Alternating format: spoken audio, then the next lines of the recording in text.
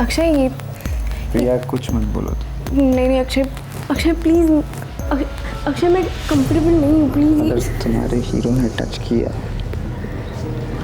तो ऐसे ही छुई मुई बनकर खड़ी रहोगी। ये झिझक, ये हिचकिचाहट सब छोड़नी होगी तुम्हें। नर्वस हो जाओगी तो कैसे काम चलेगा? अक्षय प्लीज़। यूनिट के सारे लोग होंगे। अक्षय प्लीज़। खुद को भूल के कैरेक्टर में घुसना होगा।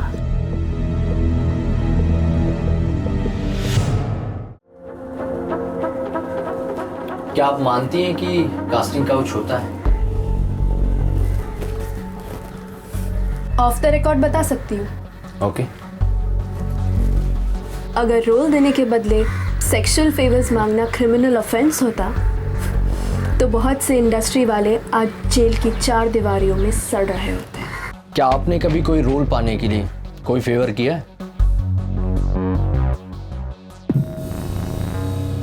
सभी को एक ही रंग में तो नहीं रंगा जा सकता, लेकिन बहुत सी लड़कियां ग्लैमर की दुनिया की चकाचौंध के सामने सही गलत को देखने की समझ खो बैठती हैं, कास्टिंग काउच का शिकार बन जाती हैं। क्या ऐसा करने वाले वो लोग हैं जो ठीक से इंडस्ट्री का हिस्सा भी नहीं हैं और इंडस्ट्री को बदनाम कर रहे हैं, या फिर सच में इंडस्ट्री में ऐसे लोग हैं जो ये सब करते हैं? सच्चाई चाहे जो भी हो, लेकिन बिना आग के धुआं नहीं उठता। बहुत बढ़िया कमाल कर दिया, छा गए तुम लोग। हर कंपनी की और इंतजार की घड़ियां खत्म हो चुकी हैं, क्योंकि बस कुछ ही पलों में शुरू होने वाला है मिस भवानी नगर कंपटीशन। तो गड़गड़ाती हुई तालियों में सबसे पहले बुलाते हैं मिस रोशनी माखीजा को, दिव्या शिंदे, मिस कोमल वांद्रेकर, मिस शीतल सप्रे, अंजलि पेंडरकर और लास्ट मिस प्रिया सिंह।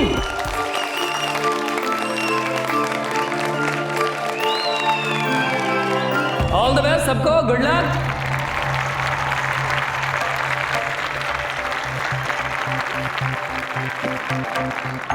भाइयों और बहनों, मैं जानता हूं आपके दिल की धड़कनें लगातार बढ़ रही हैं। आप चाहते हैं कि जल्दी से जल्दी रिजल्ट का पता चले, तो बस बताने वाला हूं। तो दोस्तों, आज के इस कंपटीशन की मिस भवानी नगर है वही जिन्होंने पिछले साल भी इस क्राउन को जीता था, आपकी, हमारी, हम सब की चहेती प्रिया सिंह।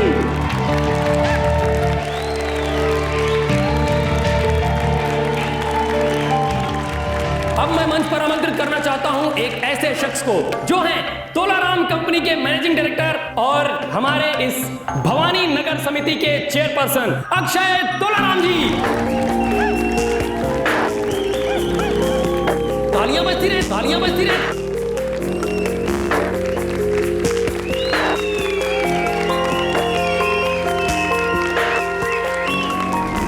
कैसा लगा आपको? ओह, पसंद आई मुझे। फ्यूचर है उसका। वो कारपेंटर है ना, महेश सिंह, उसकी बेटी है। अच्छा, मिलवाओ उससे कब? बड़ा भैया।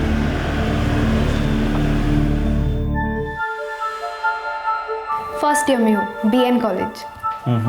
Very good. एक्टिंग में इंटरेस्ट है? इंटरेस्ट अब बहुत छोटा होगा सर, ये तो मेरा पैशन है। ग्रेट। तो क्या सोचा है, बनना चाहोगी एक्ट्रेस? यही तो मेरा सपना है सर, एक्टिंग करना। बड़ी साफ जबान है तुम्हारी, अच्छा बोलती हो।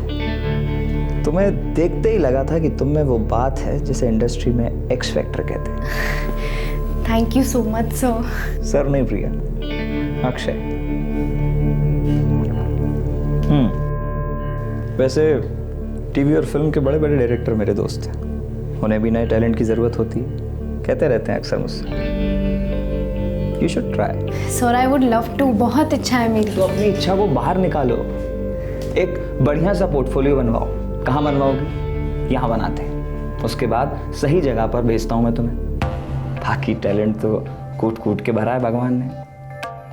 प्रिया, तुम स्टार हो स्टार, कोई नहीं रोक सकता तुम्हें। Note my words.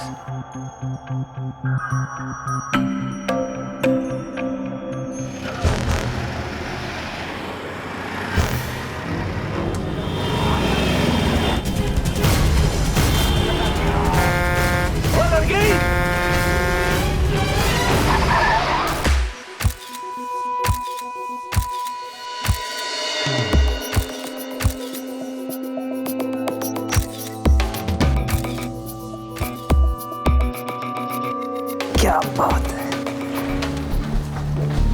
बहुत खूबसूरत हो प्रिया तुम। Thank you sir.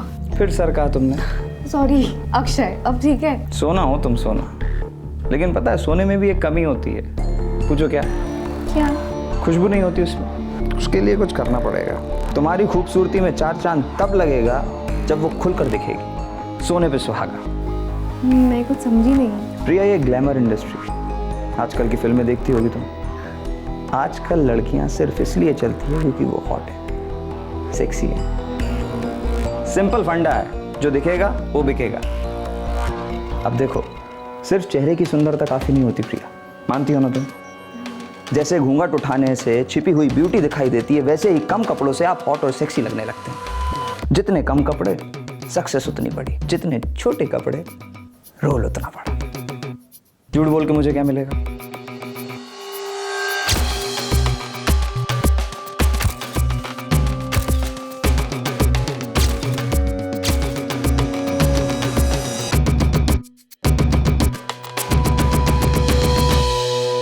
हॉट और सेक्सी।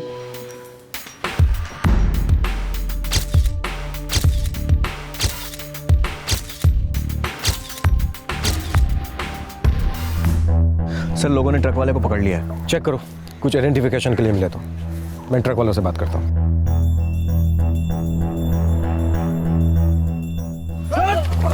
रुको, छोड़ो रे, छोड़ो। साहब, ये ट्रक के ड्राइवर लोग हैं ना, हमेशा घोड़े पे सवार होते हैं। साहब, मैं सच कह रहा हूँ, मेरा यकीन कीजिए। मैंने हॉर्न भी बजाया और ब्रेक भी मारा, पर वो लड़की है कि सामने ही आ गई ट्रक के। वो लड़की! मैंने जोर से ब्रेक लगाया था, पर वो लड़की इतना नजदीक आ गई कि मैं ट्रक को संभाल ही नहीं सका और वो ट्रक के नीचे आ गई। कसम से साहब, वो लड़की वो खुद ही रास्तों के बीचों बीच आ गई थी, वरना ये तो गाड़ी सही चला रहा था साहब। सर, आईडी कार्ड मिला है। लड़की का नाम प्रिया सिंह है, घर का एड्रेस भी है। घर वालों को इन्फॉर्म कर दो। ये लोग बोल रहे हैं कि वो लड़की खुद ट्रक के नीचे आई, पर मामला कुछ और भी हो सकता है।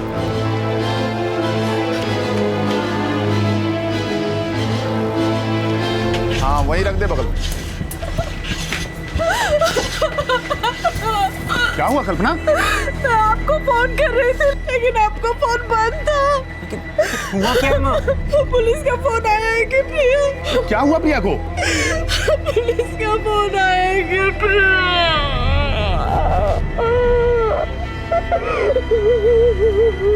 हाईवे पर ट्रक के नीचे आई। ड्राइवर और क्लीनर हमारी कस्टडी में है। उनका कहना है कि वो खुद ट्रक के सामने आई। ये क्या कह रहे हैं आप? हमें लगता है उसने सुसाइड किया है। मेरी बेटी बहुत खुश रहती थी साहब, हमेशा हंसती मुस्कुराती। ऐसी कोई बात नहीं जिससे वो सुसाइड करे। आज उसके परीक्षा का पहला दिन था साहब। हो सकता है ट्रक के ड्राइवर और क्लीनर झूठ बोल रहे हो, लेकिन क्लीनर का कहना है कि उसने दूर से देखा वो सड़क के किनारे किसी से बहस कर रही थी, और जैसे ही ट्रक पास में आया तो वो दौड़कर सड़क के बीच में आ गया।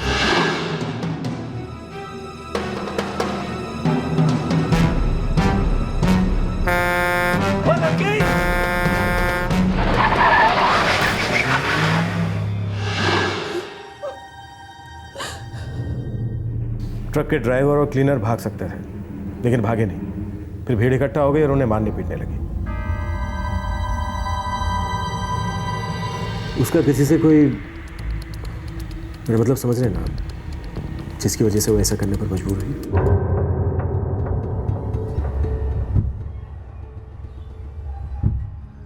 नहीं साहब, वो बहुत पढ़ाकू थी साहब। मैं हमेशा यही चाहता था कि मेरे बच्चे पढ़ लिख कर जिंदगी में आगे बढ़े साहब।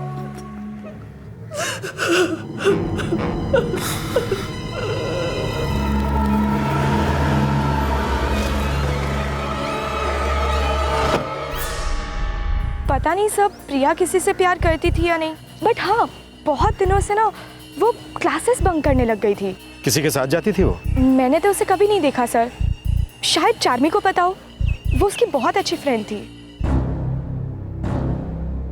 सर, कोई आइडिया नहीं कि प्रिया किसके साथ जाती थी, लेकिन उसने बोला था कि उसको किसी बड़ी मूवी में ब्रेक मिलने वाला है। अच्छा किसकी मूवी मिल रही है ये तो बता दे।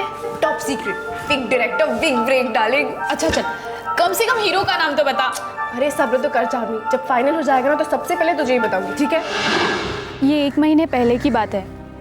पिछले 15-20 दिनों से वो कुछ परेशान सी थी और उसने बातचीत करना भी कम कर दिया था।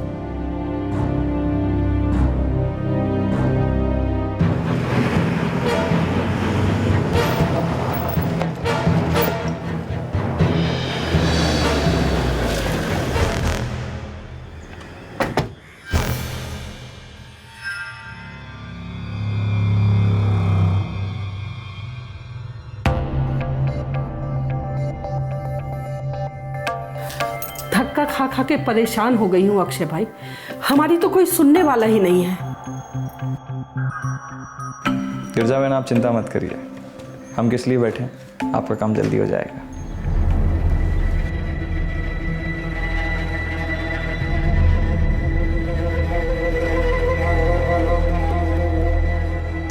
किसी फिल्म के ब्रेक का तो मुझे पता नहीं, पर हाँ प्रिया हमारे चौर की सबसे खूबसूरत और सुंदर लड़की थी। 2 साल से लगातार हमारे इधर की ब्यूटी कॉन्टेस्ट भी जीत रही थी। किसी के साथ कोई चक्कर वक्कर तो नहीं था? सर ये तो मुझे नहीं पता।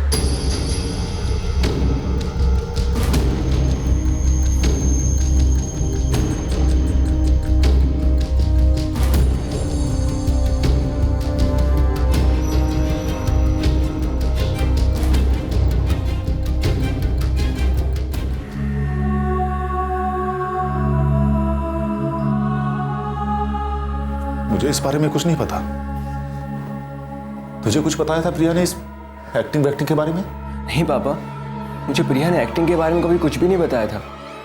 उसने अपनी एक फ्रेंड को बताया था कि उसे किसी फिल्म में ब्रेक मिलने वाला था। तुम्हें बताया था इस बारे में कुछ? नहीं तो उसकी फ्रेंड ने हमें यह भी बताया कि पिछले 15-20 दिन से वो कुछ डिस्टर्ब थी।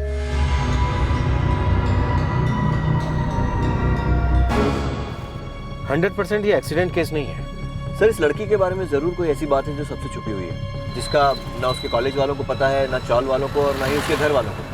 पर ऐसी कौन सी बात हो सकती है? फिल्मों में मिलने वाले काम से जुड़ी कोई बात हो सकती है। पूरी बॉडी का पोस्टमार्टम किया है मैंने sir. Are you sure? I am sure वो प्रेग्नेंट नहीं थी।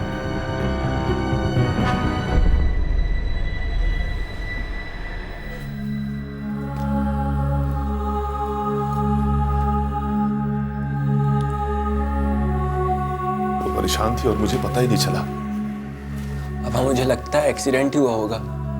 प्रिया कभी सुसाइड नहीं कर सकती। लेकिन क्लीनर ने कहा कि वो सड़क के किनारे किसी से बात कर रही थी और अचानक से दौड़ के रास्ते के बीच आ गई।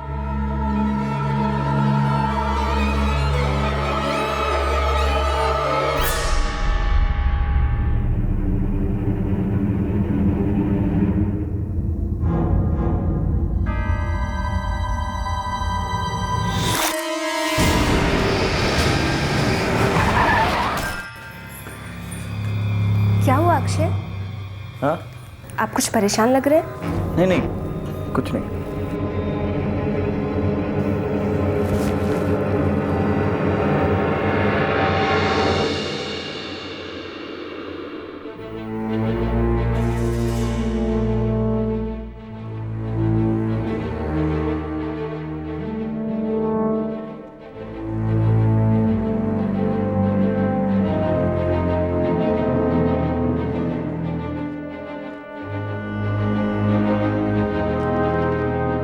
मुझे पता था कि प्रिया क्यों परेशान थी।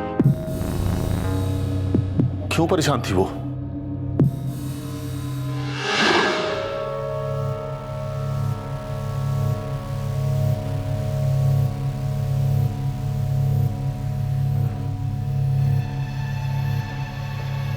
क्या बात है प्रिया? कुछ नहीं माँ। प्रिया, मैं कुछ दिनों से देख रही हूँ ना तुम ठीक से खाना खा रही हो, ना किसी से बात कर रही हो। परेशानी क्या है बेटा? सब ठीक तो है ना? हाँ माँ, सब ठीक है। इम्तिहान को लेकर परेशान हो ना? थोड़ा सा। तो परेशान मत हो, सब ठीक ही होगा। बस मन लगाकर पढ़ाई करो।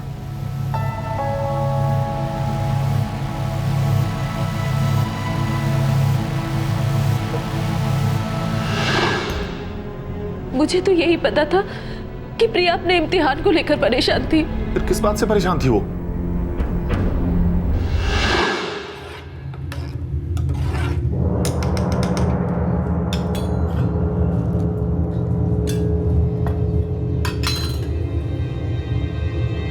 प्रिया, प्रिया, प्रिया, क्या हुआ बेटा? प्रिया,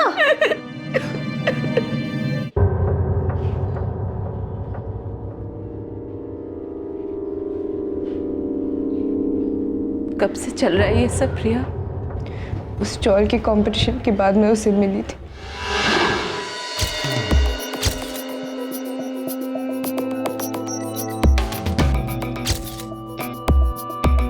प्रिया, तुम्हारा पोर्टफोलियो इंडस्ट्री के टॉप डायरेक्टर को पसंद आया है। सच्ची? हाँ।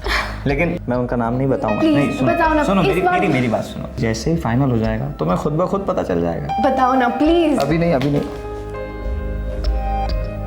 मुझे लगता है तुम फिल्म में फाइनल हो जाओगी। सच में? और बड़ी स्माइल।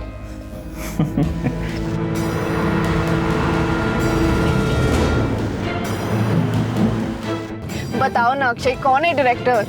अच्छा ठीक है, फिल्म के बारे में कुछ तो बताओ please Akshay, please.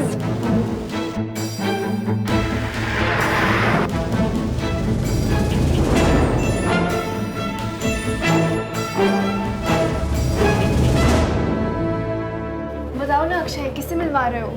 Please Akshay बताओ ना, कुछ तो बोलो। पेशेंस, धैर्य, सब्र, इनमें बड़ी ताकत है और तुम्हें जल्दबाजी बहुत रहती है।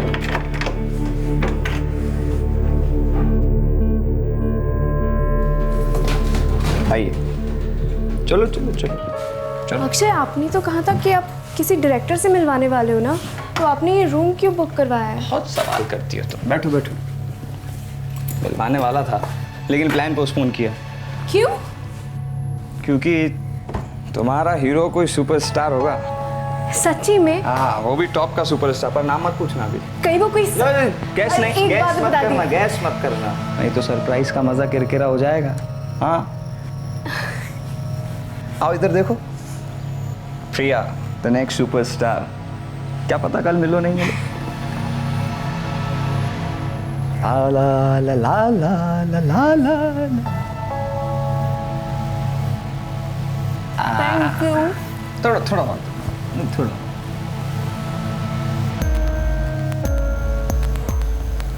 अक्षय, ये प्रिया कुछ मत बोलो। नहीं अक्षय प्लीज।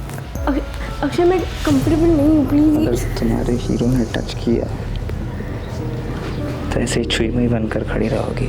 ये झिझक, ये हिचकिचाहट सब छोड़नी होगी तुम्हें। नर्वस हो जाओगी तो कैसे काम चलेगा? अक्षय प्लीज। यूनिट के सारे लोग होंगे। अक्षय प्लीज। खुद को भूल के कैरेक्टर में घुसना होगा।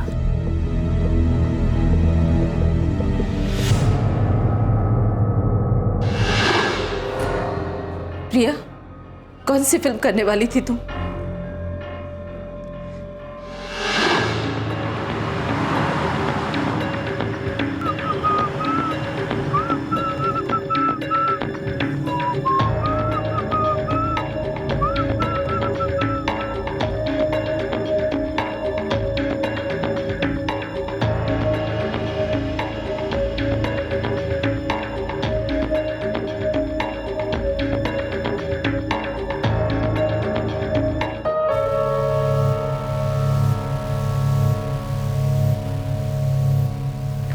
प्रिया, वो डायरेक्टर और हीरो के बीच में अनबन हो गई है। फिलहाल फिल्म पोस्टपोन हो गई। अक्षय, अब तक आपने मुझे डायरेक्टर और हीरो के नाम भी नहीं बताए। जब तक मामला फाइनल नहीं हो जाता प्रिया, मैं नहीं बता सकता। पर तुम चिंता मत करो, मैं तुम्हें बड़ा ब्रेक जरूर दिलवा कर रहूँगा। Trust me. माँ, मैं समझ गई थी कि वो मुझे बेवकूफ़ बना रहा था, खेल रहा था वो मेरे साथ, इसलिए मैंने उसके पास जाना बंद भी किया। लेकिन क्या प्रिया?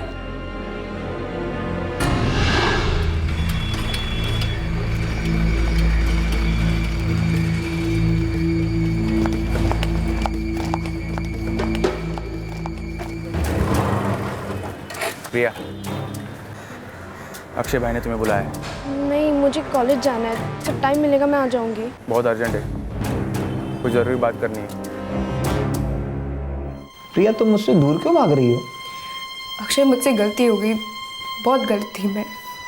आप एक शादीशुदा आदमी है ना, देखिए मुझे माफ़ कीजिए, मुझे फिल्म से नहीं हुई। तुम्हें मतलब मुझ पे भरोसा नहीं रहा? नहीं, मुझे कोई इंटरेस्ट ही नहीं है। इंटरेस्ट नहीं मतलब क्या मतलब? तो मतलब तुम मुझसे अलग हो रही हो? क्या मतलब अलग हो रहे हैं? तुमने सिर्फ मेरे शरीर का इस्तेमाल किया, समझे? फिल्मों में ब्रेक का नाम लेके मुझे बेवकूफ़ बनाते रहे। देखिए मुझे कुछ नहीं चाहिए, मुझे कोई ब्रेक नहीं चाहिए, प्लीज़ मुझे जाने दीजिए। अरे इतना आसान नहीं है मुझसे अलग होना, इतनी आसानी से थोड़ी तुम जा सकती हो। एक चीज़ दिखाते हैं तुम्हें।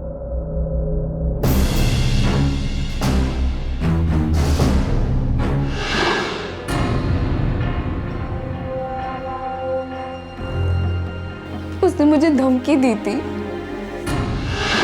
अब सोचो, ये वीडियो अगर तुम्हारे माँ बाप भाई इनके पास पहुंच जाए, क्या बीतेगी उन पे? टूट जाएंगे बेचारे, संभाल ही नहीं पाएंगे अपने आप को। प्रिया, आई प्रॉमिस प्रिया, मैं तुम्हें एक बड़ा ब्रेक जरूर दिलवा कर रहूँगा। प्लीज बस, मुझे और कोई ब्रेक नहीं चाहिए। प्रिया लेकिन मुझे तो तुम्हारा साथ चाहिए ना, क्या करें, प्यार हो गया है तुमसे।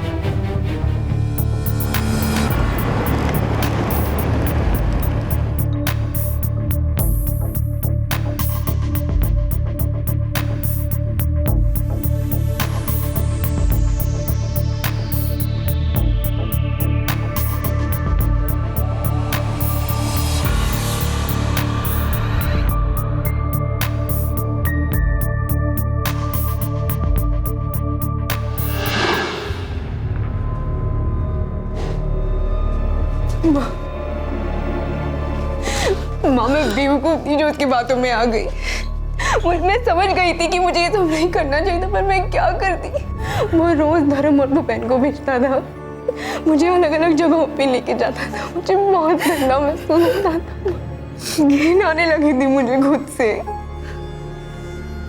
प्रिया चुप कर, एकदम चुप। मैं तुम्हारे पापा से बात करूंगी। नहीं माँ, उनको मत बताइए प्लीज, वो सहन नहीं कर पाएंगे, टूट जाएंगे वो, उनको मत बताइए। अच्छा ठीक है, जब तुम्हारे इम्तिहान खत्म हो जाएंगे तो हम तुम्हारे पापा से बात करेंगे।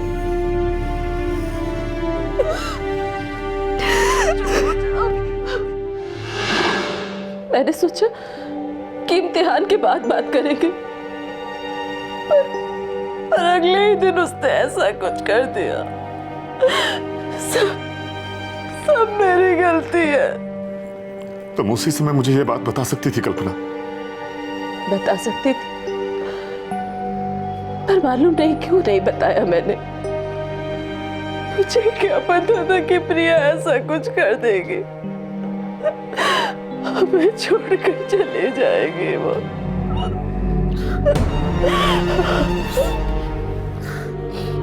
अक्षय तोलाराम कंपनी का एमडी, लोकल समिति का चेयरमैन। जी साहब। Chit fund king Nainsukh Tolaram का बेटा। जी, वो बहुत बड़े लोग हैं साहब। विशाल सर, तुम उसके फोटो स्टूडियो पर ऐड डालो, वहां के सारे कंप्यूटर जब्त करना। मैं उसके घर जाता हूं। सर।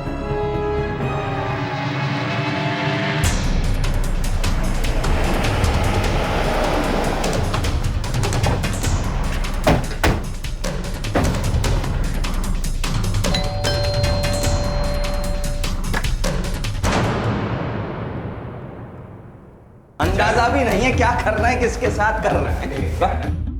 क्या लगा रखा आप लोगों ने? आप जानते नहीं हम कितने इज्जतदार लोग हैं। जी, आपके बेटे ने आपकी इज्जत पर 4 चांद लगाने का काम किया है। क्या? कैसा 4 चांद? बाबूजी पता नहीं किस बात का इल्जाम लगा रहे हैं ये मुझ पे। बिना किसी सबूत के उठा रहे हैं तुम। लेके जाओ इसे। कैसे? देखिए मैं ऊपर तक जाऊंगा, देख लूंगा आप लोगों को मैं। जरूर, मैं इसका सारा कच्चा चिट्ठा ऊपर तक भेज दूंगा। कंप्यूटर, लैपटॉप, मोबाइल, हर चीज जब्त कर लो। Okay sir. मम्मा ये मैं प्ले स्टेशन लेके जा रहा है।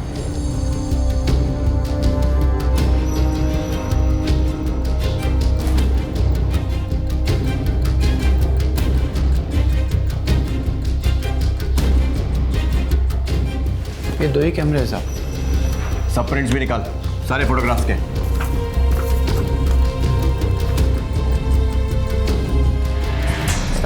सब बात क्या है सब हुआ क्या है सब चल बात आता देखो। अरे साहब लेकिन हुआ क्या है? लेकिन हुआ क्या है साहब?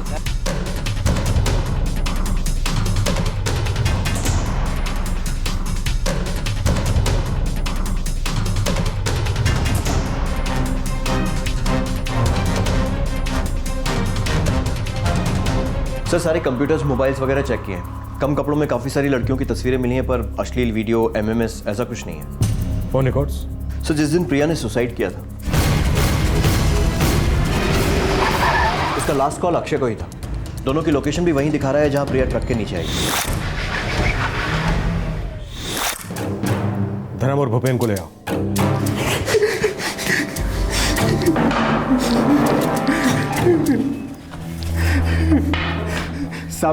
सब सच बताता हूँ। अक्षय भाई ने ऐसी बहुत सी लड़की लोग को फंसाया है। पर हमने कुछ भी ऐसा वैसा नहीं किया लड़की के साथ। अच्छी चमचागिरी नहीं भाई। कहाँ लेकर जाता था वो लड़कियों को? सब वो अलग अलग लॉज में, होटल में। प्रिया को भी लेकर गया? जी सर। सारी लॉज और होटल के नाम बताओ।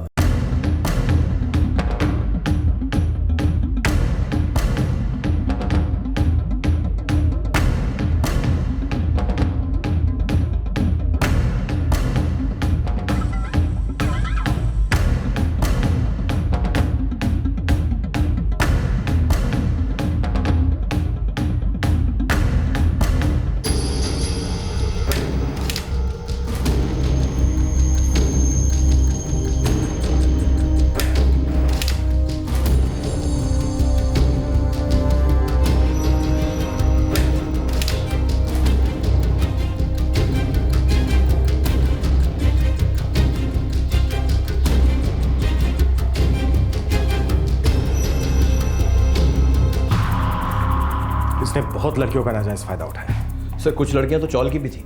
अजीब है ना उन्होंने इसके बारे में आपस में कोई बात की, ना ही कोई कंप्लेन की। सर पावरफुल आदमी है और बाप का भी बड़ा रसूख है। इसके रसूख को थोड़ा सुखाते हैं। ले आओ इसे। ए फिल्मी चक्कर, एक भी झूठ बोला ना तो तेरी हड्डी पसली कर दूं। पुलिस थाने के स्पेशल इफेक्ट नहीं देखे हैं तूने अभी तक। चल बोल, प्रिया ने तेरी वजह से सुसाइड किया ना? सर मैं झूठ नहीं बोल रहा हूँ सर। मैं मानता हूँ सर प्रिया के साथ मेरे संबंध। मैं ये भी मानता हूँ सर कि फिल्मों में ब्रेक दिलाने के लिए मैंने प्रिया को वादा किया था, पर सर संबंध है। तूने सब लड़कियों को बहला फुसलाकर उनके साथ शारीरिक संबंध बनाए। मैंने प्रिया को कभी सुसाइड के लिए मजबूर नहीं किया सर। मुझे कभी नहीं लगा था कि वो सुसाइड कर लेगी। तूने उसे इतना टॉर्चर किया कि वो इस सब करने पर मजबूर हो गई। सर मुझे पता नहीं था वो ऐसा कुछ करेगी।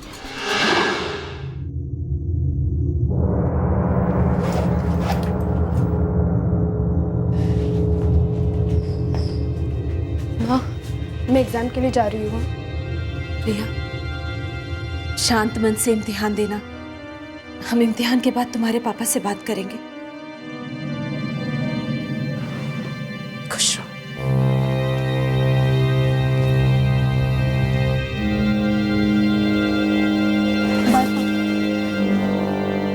आज तो परीक्षा है ना बेटा, अच्छे से लिखना।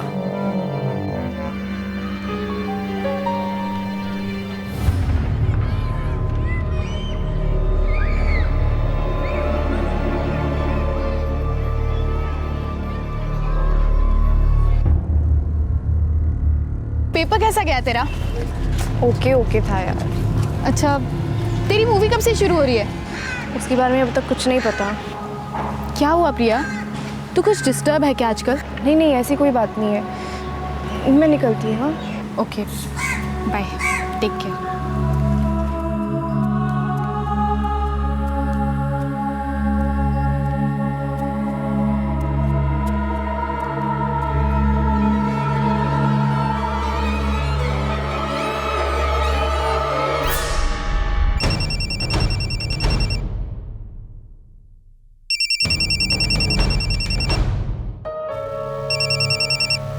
अरे प्रिया, आज आपने फोन किया? सूरज कहाँ से निकला है आज? अक्षय मुझे तुमसे मिलना है अभी। बोलो कहाँ हो तुम, पिक कर लेता हूँ। हाईवे। ओह ग्रेट, सब फिक्स कर रखा है। तुमने बुलाया और हम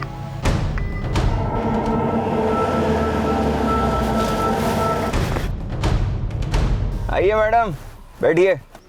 मुझे यहीं पे बात करनी है। अरे आजा अंदर। अक्षय, मुझे यहीं पे बात करनी है। ओहो, क्या बात है, क्या बात है। बड़ी बदली हुई लग रही हो, तेवर ही बदल गए। वीडियो तो हाथ नहीं लग गया कहीं? अक्षय, तुमने मुझे कहा था कि तुम मुझे फिल्मों में काम दिलवाओगे। तुमने सिर्फ मुझे बेवकूफ बनाया, मेरे वीडियोस बनाए और मुझे ब्लैकमेल किया। देखो अक्षय, मुझे सारे के सारे वीडियोस चाहिए अभी के अभी। दिमाग खराब हो गया है तेरा? हाँ, क्यों दूं मैं वीडियो? अभी जी नहीं भरा मेरा, ये सब और चलने देना। मैं नहीं जी सकती और। तुम क्यों मेरी जिंदगी बर्बाद करना चाहते हो अक्षय? प्लीज। चल ठीक है, दे दूंगा मैं तुझे वीडियो। Thank you. लेकिन तुम मुझसे मिलना बंद तो नहीं करोगी ना? नहीं, क्योंकि क्या है ना, वो वीडियो की कई कॉपीज बना रखी है मैंने। अक्षय, तुम एक शादीशुदा आदमी हो, एक बच्चे के पिता हो तुम। धमकी दे रही है मुझे? बीवी बच्चों की धमकी दे रही है? उनके पास जाके बोलना है तुझे? हाँ, जा जा जाके बोल दे, बोल दे। कौन मानेगा तेरी बात?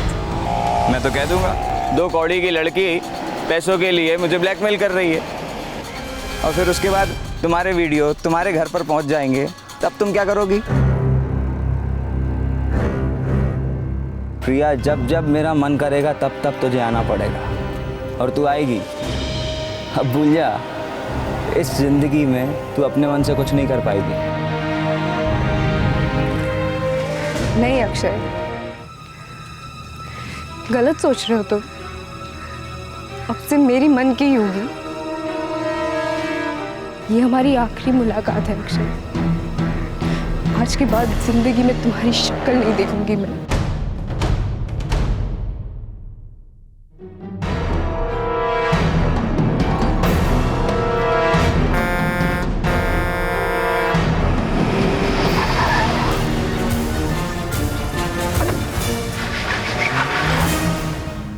कहाँ हैं सारे वीडियोस?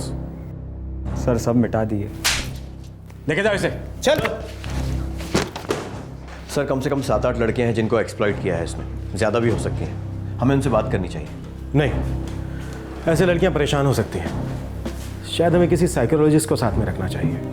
यंग लड़कियां हैं, उनके दिमाग पर कोई बुरा असर नहीं पड़ना चाहिए। मैं डीसीपी साहब से बात करता हूँ, देखता हूँ वो क्या कहते हैं।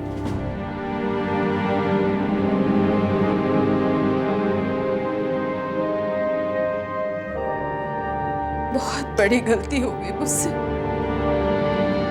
मुझे आपको तुरंत बता देना चाहिए था।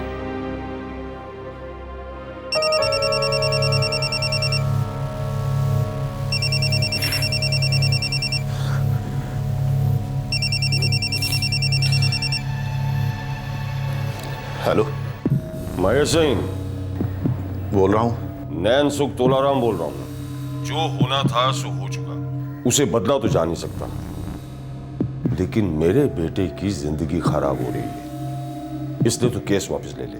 मेरी बेटी तो चली गई ना, ये नहीं हो सकता। जितने पैसे चाहिए ले ले। और एक बात और सुन महेश सिंह, मैं तो अपने बेटे को किसी ना किसी तरीके से छुड़वा ही लूंगा, लेकिन अगर तू केस वापस ले लेगा तो तेरा टाइम भी बचेगा और तुझे पैसे भी मिल जाएंगे। नहीं तो जिंदगी भर लकड़ी छील छील कर कितना पैसा कमा लेगा तू? मेरी फिक्र छोड़ो, अपनी देखो। जो कर सकते हो कर लो। अब आपके बेटे को तो बाहर निकलने नहीं दूंगा कभी।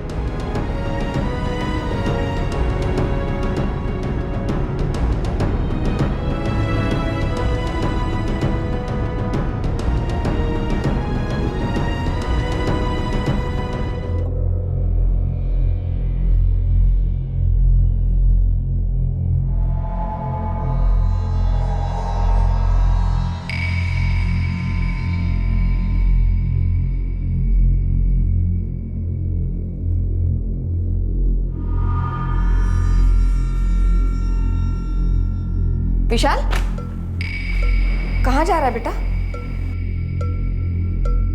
कुछ जवाब तो दे, कहाँ जा रहा है? रात को 2 बजे तो घर आया है तू, 12 बजे तक सोया था, ना नाश्ता किया है ना कुछ, ऐसे ही बाहर जा रहा है। ये तो बता कहाँ जा रहा है? कुछ काम है। क्या काम है? दुकान पे तो कुछ काम करता है नहीं तू, सिर्फ सोने के लिए घर आता है। अरे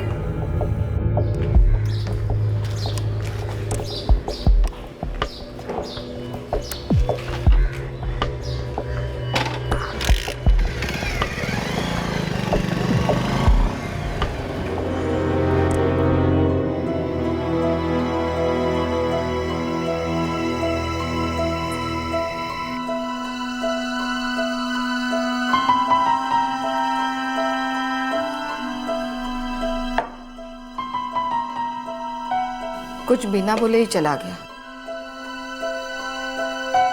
नाक में दम करके रखा है इस लड़के ने। आप कुछ करते क्यों नहीं? क्या करूं? सारे शहर में मेरी पगड़ी उछाल चुका है वो। उनको तो कैसे रोकूं उसे? माँ, ये भाई की उधारी का नाटक बहुत बढ़ चुका है। घर से पैसे मिलने बंद हो गए तो बाहर हाथ फैलाने लगे हैं वो। अभी पिछले हफ्ते की बात है, करमवीर जी दुकान पर आए थे।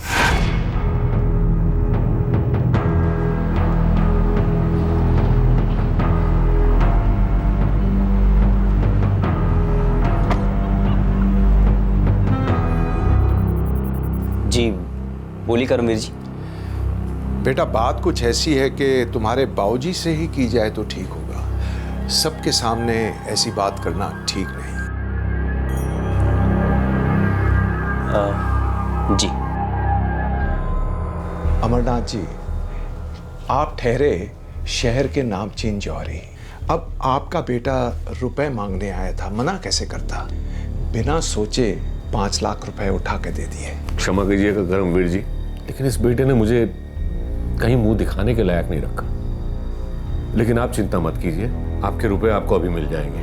न जाने क्या क्या सुनने में आ रहा है विशाल के बारे में, पर अगर मुझे पता होता कि आपने पैसा देना बंद कर दिया है तो मैं कभी उसकी मदद नहीं करता। बस बस करमवीर जी, और ज्यादा शर्मिंदा मत कीजिए मुझे। जी सेठ जी। गोवर्धन, सेठ जी को 5 लाख रुपए दे दो। जी सेठ जी। करमवीर जी, अगली बार अगर मेरा बेटा आपके पास पैसे मांगने आए तो उसे कोई मदद मत कीजिएगा। आगे से ऐसा कभी नहीं होगा अमरनाथ जी। चलता हूं। क्या समझाऊं, कैसे समझाऊं? कहने को तो बड़ा लड़का है पर किसी काम का नहीं है। एक अमीर बाप जिसका अपने शहर में नाम है, इज्जत है, अपने बड़े बेटे की करतूतों से परेशान था। बेटा कोई 15-16 साल का नहीं, 30 बरस का जवान था, नशे का आदी था। माँ बाप और छोटे भाई सबके लिए विशाल को यह समझाना बहुत मुश्किल था कि वो अपनी जिंदगी बर्बाद कर रहा है। और एक दिन विशाल दोपहर में घर से बाहर निकला और अगले दिन सुबह तक घर नहीं लौटा। क्या यह कोई दस्तक थी? क्या कुछ ऐसा हो चुका था जिसकी दस्तक शायद घर में सबने सुनी थी? नहीं माँ जी, विशाल भैया तो रात को घर आए ही नहीं।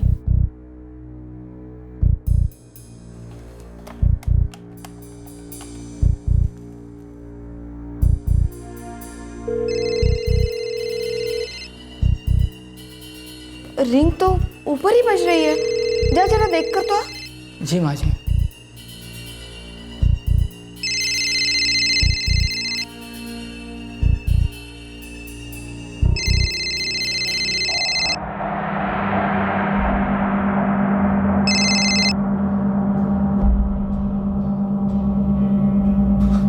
माँ जी, विशाल भैया तो फोन घर पर ही छोड़ गए। क्या?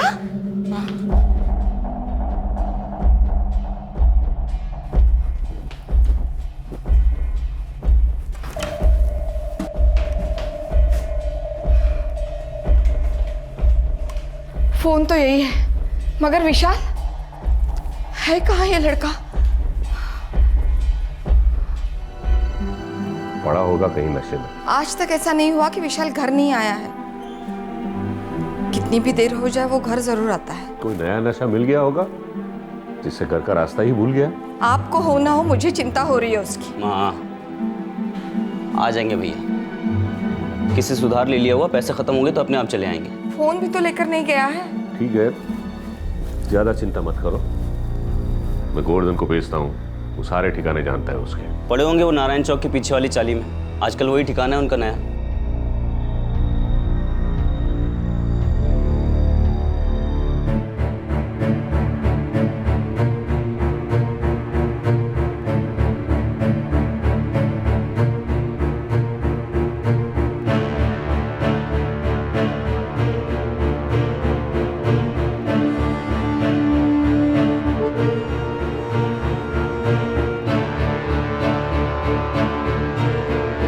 वीरेन, अब मुझे चिंता होने लगी है। वो वहां भी नहीं है जहाँ हमेशा जाता है, कहीं कुछ हो न गया हो। और क्या बुरा होना है माँ, जितना बुरा होना तो हो चुका है। कैसी बातें कर रहे हो वीरेन, बड़ा भाई है वो तुम्हारा।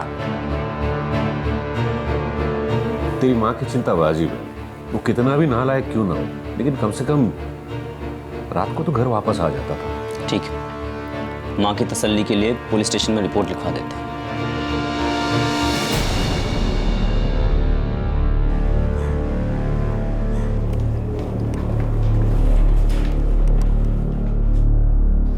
सर सच कहूं तो विशाल भैया नशे के आदी थे, ड्रग्स, दारू, कुछ भी।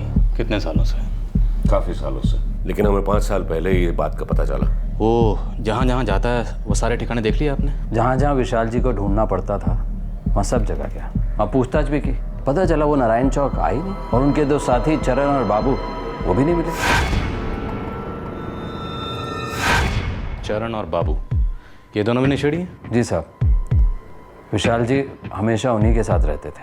कल दोपहर 1 बजे घर से गए जी, और अपनी माँ को कुछ बता के नहीं गया कि कहाँ जा रहा है? नहीं।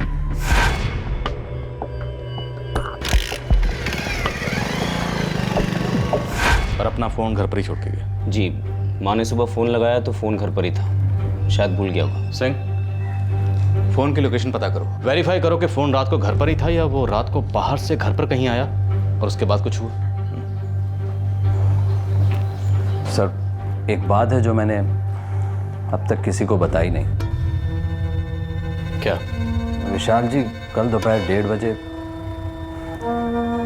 दुकान पर आए थे। विशाल दुकान पर आया था? जी सेठ जी। ये बात तुमने अब तक छिपाई? गोल्डन, कल से अब तक तुम कुछ बोले ही नहीं। सेठ जी, विशाल जी को रुपयों की जरूरत थी।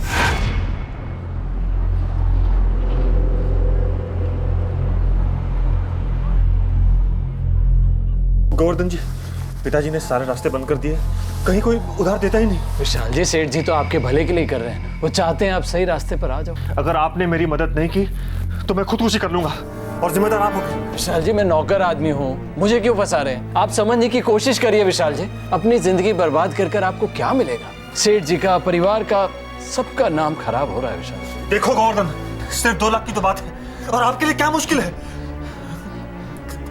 देखिए, अगर आपने मेरी मदद नहीं की तो वो लोग मुझे मार देंगे। प्लीज मुझे बचा लीजिए, प्लीज, मैं आपके आगे हाथ जोड़ता हूँ, मुझे बचा लीजिए। विशाल जी, मेरे पेट पर लात क्यों मार रहे हैं? सेठ जी को पता चल गया तो? पिताजी को कुछ नहीं पता चलेगा, सिर्फ 2 लाख की तो बात है, आपके लिए क्या मुश्किल है? दे दीजिए ना, दे दीजिए ना। मुझे कुछ समझ में ही नहीं आया क्या करूं। विशाल जी हाथ जोड़ रहे थे, मालिक का बेटा जिंदगी की भीख मांग रहा था। मैं कमजोर पड़ गया जी, और मैंने 2 लाख रुपए उसे दे दिया। क्या किया तुमने गोवर्धन?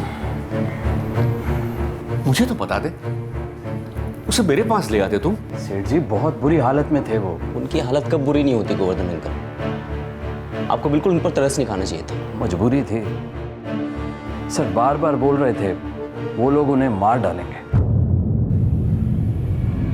कुछ पता है आपको कौन थे वो लोग जो उसे धमका रहे थे? बताया नहीं जी। क्या आपका बेटा अक्सर इधर उधर से पैसे मांगता रहता है? जी, मेरा बेटा शराब और नशे के लिए कुछ भी कर सकता था। तंग आ चुका था मैं उससे, मैंने उसे पैसे देना बंद किया तो मेरा नाम इस्तेमाल करके लोगों से पैसे उठाता था। लेनदार दरवाजे पे आके खड़े रह जाते थे, बहुत ही शर्मिंदा होना पड़ता था मुझे। सर जरूर भाई ने किसी गुंडे या मवाली से पैसे लिए होंगे और फंस गए, इसलिए हमको ये दिन देखना पड़ रहा है। कोई फोटो लाए आप उनकी? गोवर्धन अंकल,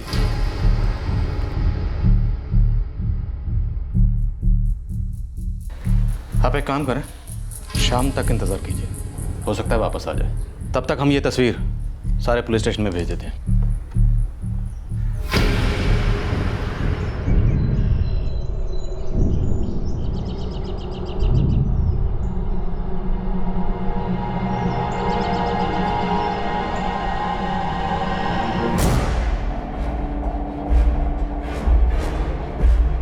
सर बॉडी के पास से तो कुछ नहीं मिला है और ना ही कोई उसकी आईडी मिली है। सर गुमशुदा लोगों की लिस्ट को चेक किया तो गांधी चौक थाने से एक फोटो आया था सर, विशाल गोयंका नाम का। सर ये लाश के चेहरे से मिलता। गांधी चौक थाने को खबर कर दो। जी सर।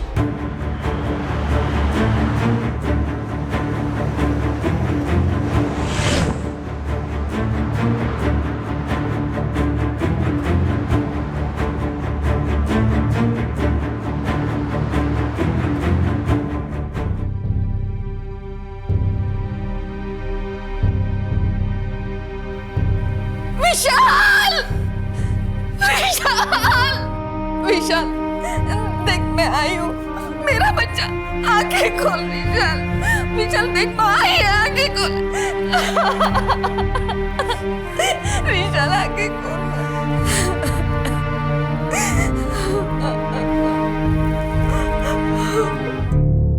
हाईवे के पास लाश मिली। आइडेंटिफिकेशन तो कुछ था नहीं, पर आपके थाने से 1 घंटा पहले जो फोटो आई थी हमारे पास, उससे पता चला कि लाश विशाल गोयंका की है। ये गोली देसी कट्टे से चली हुई है। हाँ, सिर्फ एक गोली मिली है बॉडी में। पॉइंट ब्लैक रेंज से फायर किया है, हार्ट की आर्टरी फट गई। ब्लड में ड्रग्स की मात्रा बहुत ज्यादा है। मर्डर स्पॉट पे भी ड्रग्स मिला डॉक्टर। मौत 24 घंटे पहले हुई है, यानी कल दोपहर 3 से 5 के बीच में। मतलब 20 दिसंबर को। हमारे पास दर्ज रिपोर्ट के मुताबिक विशाल दोपहर को 1 बजे घर से निकला और आधे घंटे बाद यानी 1:30 बजे उसने दुकान से 2 लाख रुपए उठाए। देखो गोवर्धन, सिर्फ 2 लाख की तो बात है और आपके लिए क्या मुश्किल है। और मौत हुई दोपहर 3 से 5 के बीच में। विशाल पैसे लेने के बाद गांधी चौक से दामोदर नगर गया, जिसके बीच की दूरी 25 किलोमीटर है। लेकिन बॉडी के पास से कोई कैश नहीं मिला है। एक्चुअली विशाल को किसी के पैसे लौटाने थे और उसे पैसे लौटाने के लिए धमकियां मिल रही थी। 2 लाख रुपए कैश थे विशाल गोयंका के पास। और खून भी एक देसी कट्टे से हुआ है सर। पैसे के लिए हुआ होगा। देसी कट्टे का इस्तेमाल हुआ है, मतलब पेशेवर मुजरिम का हाथ है। सर ये भी तो हो सकता है किसी दोस्त का हाथ हो, जैसे वो चरण और बाबू। या तो उन्होंने विशाल को मारा या फिर उन्हें पता है क्या और क्यों हुआ है। उठा लो दोनों को और ड्रग रिंग से जुड़े हर उस आदमी को उठा लो जिस पर जरा सा भी शक है।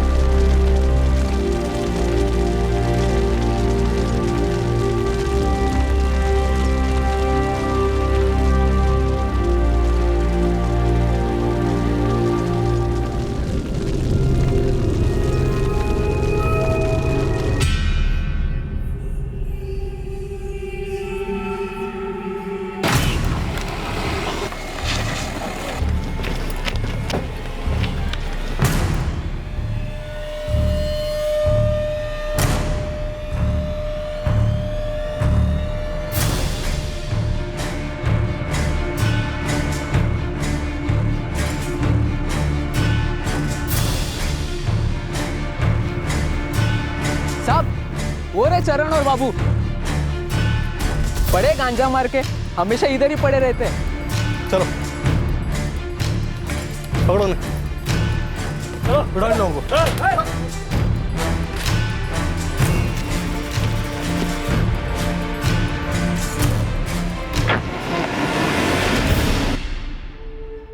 साहब विशाल का उठना बैठना था हमारे साथ, लेकिन हमको तो यह भी नहीं मालूम कि यह सब कब हुआ। कब की बात है ये? परसों। परसों? परसों? साहब परसों तो हमें मिला भी नहीं था। हाँ साहब, अम्मा कसम। ओ अम्मा के जनो, ये बोलो विशाल गोयंका को क्यों मारा और वो 2 लाख रुपए कहाँ हैं जो तुम लोग ने उससे चुराए? हमें कुछ नहीं मालूम साहब, सच्ची में कुछ नहीं मालूम। इनकी खातिरदारी करो, जरा इनका नशा उतारो। लेके जाएंगे, चलो इधर साहब बंसी विभूषित करा नवनीरदाभत पीताम्बरधरुणिबिम्ब फलाधरोष्ठात् पूर्णेन्दु सुंदर मुखा रविन्द्रनेत्रात् कृष्णात् परं किमपि तत्तमहं न जाने।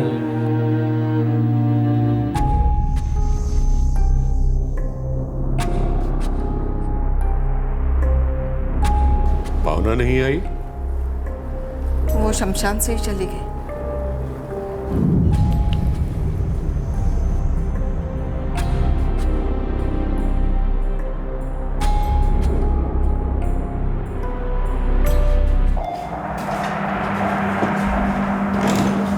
सर बाबू और चरण का इसमें कोई हाथ नहीं है। दोनों को दिन रात नशे के अलावा कुछ नहीं मालूम। विशाल गोयनका को पैसे लौटाने के लिए धमकियां मिल रही थी। उसके बाप ने उसकी उधारी के सारे रास्ते बंद कर दिए थे और घर से भी पैसे देने बंद कर दिए थे। इसका मतलब यह है कि विशाल गोयनका ने किसी क्रिमिनल से पैसे उधार लिए होंगे। सर मैंने खबरियों को पीछे लगाया। 2 लाख रुपए। सिंह, एक बात तो साफ है, जिसको रुपए लौटाने थे वो तो उसे नहीं मरवाएगा। सर हो सकता है वो पैसे लौटाने गया ही ना हो, सीधा किसी ड्रग्स के अड्डे पे पहुंच गया और वहां पे उन लोगों ने माल देखा तो उसे उड़ा दिया। लेकिन सर कोई भी ड्रग डीलर ऐसे सोने के अंडे देने वाली मुर्गी को काटेगा क्यों? मामला सीधा नहीं है सिंह, टेढ़ा है। फोन घर पर छोड़कर दुकान से 2 लाख रुपए लेकर गया और मारा गया। लाश के पास ट्रक, बॉडी में ड्रग के ट्रेसेस और देसी कट्टे की गोली।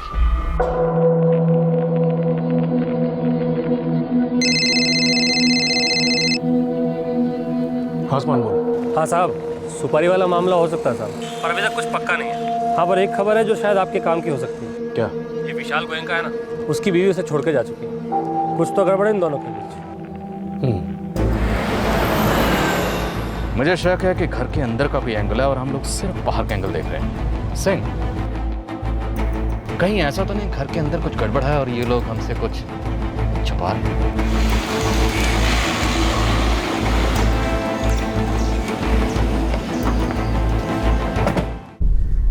हमारी बहू भावना मेरे बेटे विशाल की नशे की आदत से बहुत तंग आ चुकी थी। ये हमारा पर्सनल मैटर है और हमें नहीं लगता कि विशाल भैया की मौत में भावना का कोई हाथ होगा। मौत नहीं, murder. Mister Viren Goenka murder.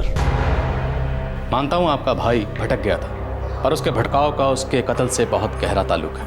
Inspector साहब, मेरा भाई दुकान से 2 लाख रुपए लेकर गया था। न जाने कहाँ कहाँ उधारी करता फिरता था, कैसे कैसे लोगों के साथ उसका उठना बैठना था। उसके नशेड़ी दोस्त उसके पैसे का फायदा उठा रहे थे, समझ सकता हूँ। 2 लाख रुपए बहुत होते हैं, मानता हूं, पर उससे कहीं ज्यादा फायदा किसी और को हो सकता है।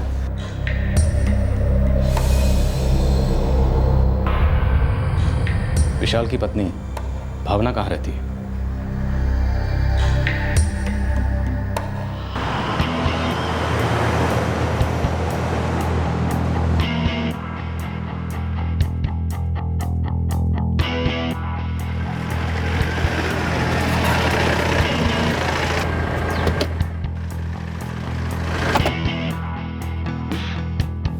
मनमुटाव था।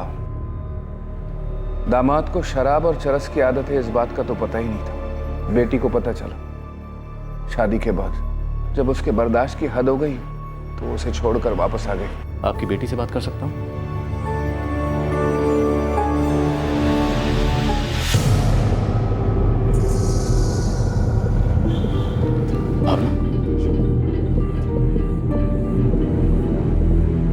भावना, क्या आप सिर्फ नशे की लत की वजह से अपने पति से अलग हुई थी? जी। 5 साल पहले शादी हुई और 2 साल बाद आप अलग हो गई। उन 2 सालों में आपने कभी विशाल से बात करने की कोशिश की, उन्हें समझाने की कोशिश की? एक बार नहीं, बहुत बार की, पर कोई फायदा ही नहीं हुआ।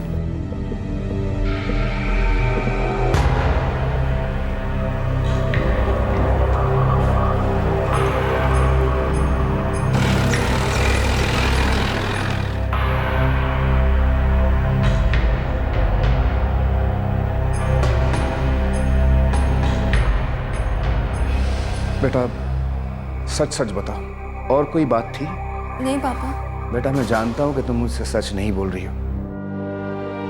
तुमने आज तक इस रिश्ते के बारे में मुझसे कभी सच नहीं कहा।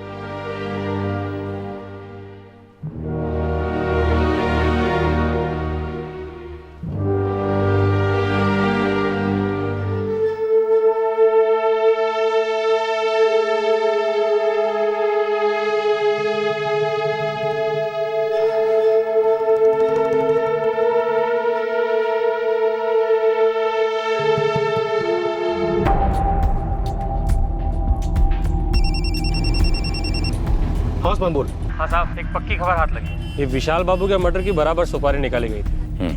आगे बोल। बहुत डीप में खोदा साहब, तो पता चला हिस्ट्री सीटर है, संजय नाम है।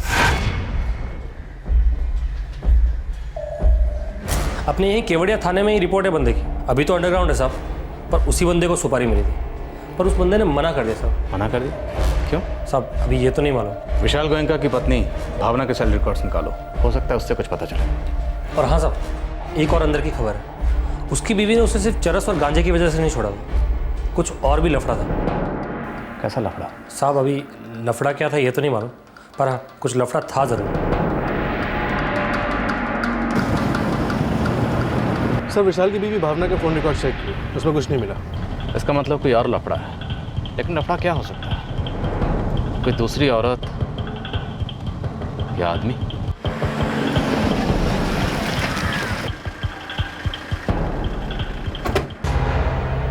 और क्या पूछना है आपको? मेरी बेटी बता चुकी है कि उसने अपने पति को क्यों छोड़ा। पिछले 3 साल से वो ना उनसे मिली है ना उनके परिवार वालों से।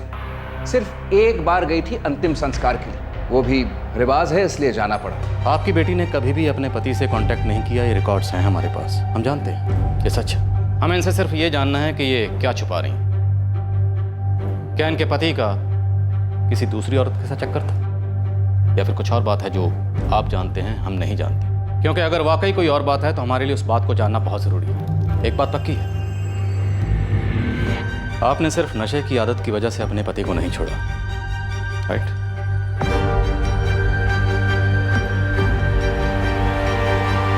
मैं आपसे अकेले में कुछ बात करना चाहती हूँ।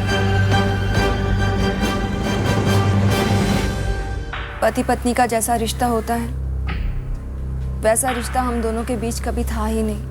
शादी के बाद पता चला कि सिर्फ माँ बाप के कहने पर उन्होंने मुझसे शादी की थी। कोई दूसरी औरत थी उसकी जिंदगी?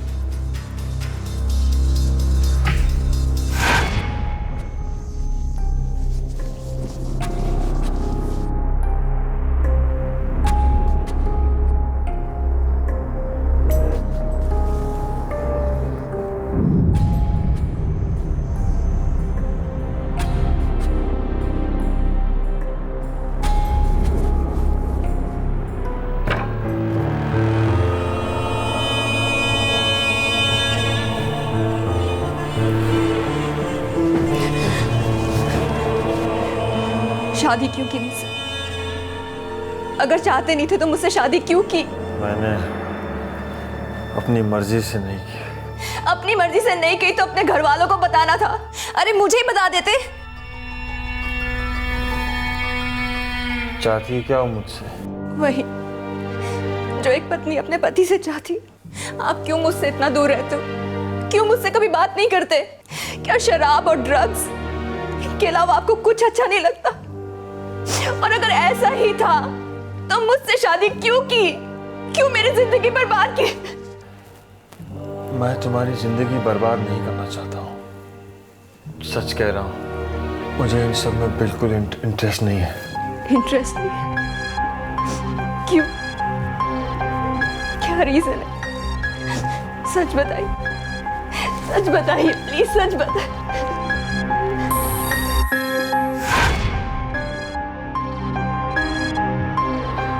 क्यों इंटरेस्ट नहीं था विशाल को आप में? उन्हें औरतों में दिलचस्पी नहीं थी। ये बात मैं किसी से कहना नहीं चाहती थी, अपने घर वालों से तो बिल्कुल भी नहीं। वो ड्रग एडिक्ट थे, यही वजह काफी थी उनसे अलग होने की, और मैं अलग हो गई।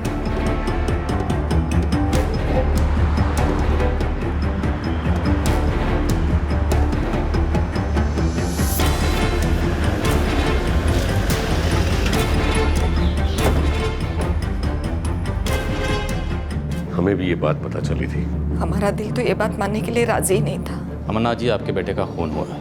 यह खून या तो किसी दुश्मनी की वजह से किया गया, या फिर किसी लालच में, या फिर कोई है जिसे आपके बेटे विशाल की मौत से फायदा ही फायदा होगा। आप कहना क्या चाहते हैं? आपका पूरा परिवार विशाल से नाखुश था। हमारा बच्चा था, औलाद थी हमारी। आपके उस बच्चे की आपके फैमिली बिजनेस में कोई दिलचस्पी नहीं थी। फैमिली बिजनेस के इनफैक्ट उसको तो फैमिली मेंबर्स में कोई दिलचस्पी नहीं थी। और कोई तो है जिसे उसे इस दुनिया में रखने में दिलचस्पी नहीं थी। यार वो जिस तरह था, जैसे भी जीता था, हमारा बेटा था। अगर आप ये सोच रहे हैं कि इसमें परिवार में से किसी का हाथ था, तो आप गलत सोच रहे हैं।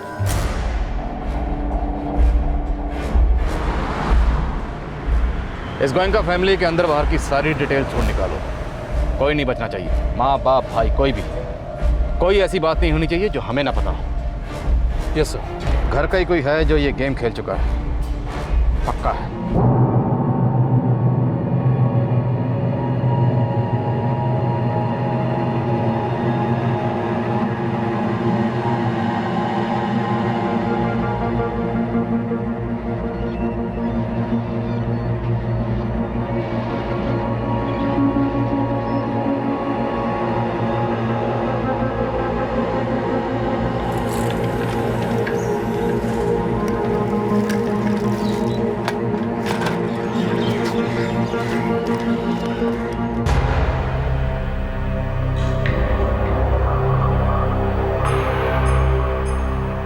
बेटा, कुछ पता है तुम्हें? ऐसा कुछ भी विशाल की मौत के बारे में पता है तुम्हें कि विशाल को किसने मारा? नहीं पापा।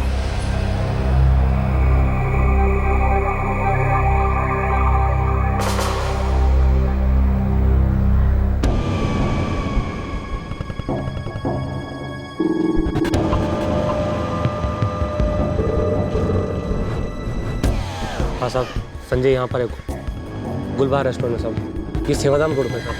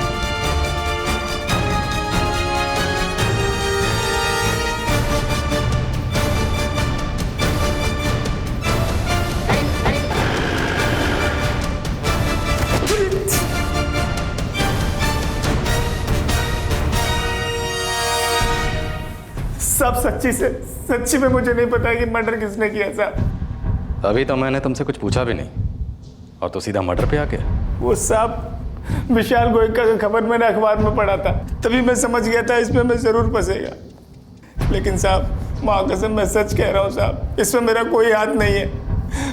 मुझे फोन पे सुपारी मिली थी, लेकिन वो ऑफर मैंने मना कर दिया साहब। क्यों? तू तिरुपति हो गया है? कसम खाई है कि आज के बाद मर्डर शर्डर नहीं करेगा, या तेरी अंतरात्मा जाग गई? नहीं साहब, उस दिन मैं जेल से बाहर निकला, ऊपर से गोयनका परिवार के बेटे की सुपारी। बड़े लोग हैं, सोचा हाथ डालूंगा तो बचूंगा नहीं। चलो मान लिया कि तुमने सुपारी ली नहीं, पर सुपारी दी किसने ये तो बता। 50,000 का ऑफर था उसको खत्म करने के लिए। सुपारी किसने दी?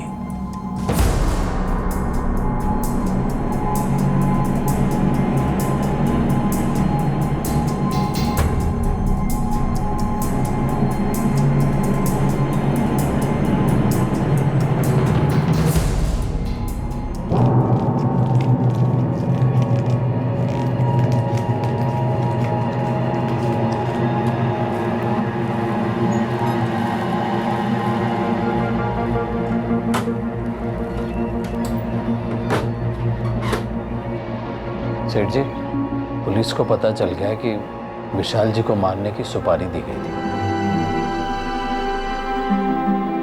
कितनी बार उसे समझाया तो सुधर जा, अरे जिंदगी में नशे के अलावा और सारी बहुत चीजें हैं, लेकिन नहीं, सुननी ही नहीं थी उसे बाप की बात। बड़ा बेटा था ना इस लड़के को, देख छोटा है पर कितना समझदार है। विशाल क्यों नहीं था ऐसा? उस दिन मैं जेल से बाहर निकला, ऊपर से गोयनका परिवार के बेटे की सुपारी। बड़े लोग हैं, सोचा हाथ डालूंगा तो बचूंगा नहीं। चलो मान लिया कि तुमने सुपारी ली नहीं, पर सुपारी दी किसने ये तो बता। 50,000 का ऑफर था उसको खत्म करने के लिए। सुपारी किसने दी? केवड़िया थाने के लॉक में मुझे अश्विन मिला। अश्विन कौन? वो सुपारी लेता है। बात को घुमा मत, सीधा मुद्दे पे आ वरना तोड़ डालूंगा। क्या साहब, मुझे अंदर क्यों कर रहे हो? मैंने तो कुछ किया भी नहीं। अरे खुश हो अंदर कर रहे हैं, अंदर रहेगा तो कुछ करेगा भी नहीं, समझे? तेरा रिकॉर्ड भी साफ रहेगा, सफेदी की चमकान, समझा?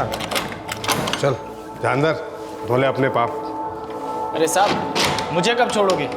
मेरा तो मैटर एकदम क्लियर है। बहुत खुजली हो रही है बाहर जाने की, चुपचाप बैठ अंदर, साहब का ऑर्डर आएगा तब छूटेगा तुम। तो आज बाहर जा रहा है क्या? हाँ, लेकिन साहब का ऑर्डर मिले तब ना। एक काम करेगा क्या? इधर बोल। देख, मुझे एक काम करना था लेकिन मैं तो अंदर हो गया। तो तू करेगा? अच्छा माल मिलेगा। काम क्या है और माल कितना मिलेगा? देख, तुझे बाहर जाकर एक फ़ोन करना है बस। और काम क्या है? तो फ़ोन तो कर, सब पता चल जाएगा। अश्विन ने मुझे एक फ़ोन नंबर दिया था, बाहर आकर उसको फ़ोन लगाया।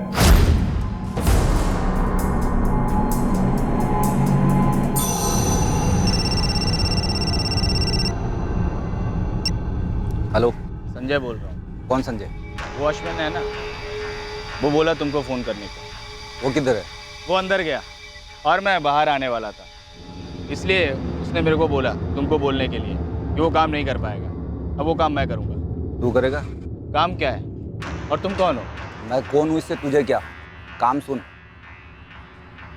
एक आदमी को टपकाना है। किसको? विशाल गोयन का नाम है। आज दोपहर इधर दामोदर नगर में आने वाला है। गोयन का बोले तो जौहरी वाला कनेक्शन है क्या? तुझे उससे क्या लेना देना? तू आम खा, पेड़ मत गिन। करेगा? नहीं भाई, अपने को इस लफड़े में पड़ने का नहीं है, और वैसे भी मैं मर्डर का डील करता नहीं हूँ। बस इतनी बात हुई थी साहब, और कुछ मालूम नहीं। मैंने वो फ़ोन किया और लफड़े में फंस गया। 3 हिस्ट्री शीटर्स इस केस से जुड़े हैं। विशाल दामोदर नगर खुद नहीं गया, कोई उसे लेकर गया। लेकिन क्यों? सर ये अश्विन अभी भी केवड़िया थाने की कस्टडी में है। ये अश्विन बोलेगा तो बहुत कुछ खुलेगा। फैमिली के फोन रिकॉर्ड्स का क्या हुआ? कल तक मिल जाएंगे सर।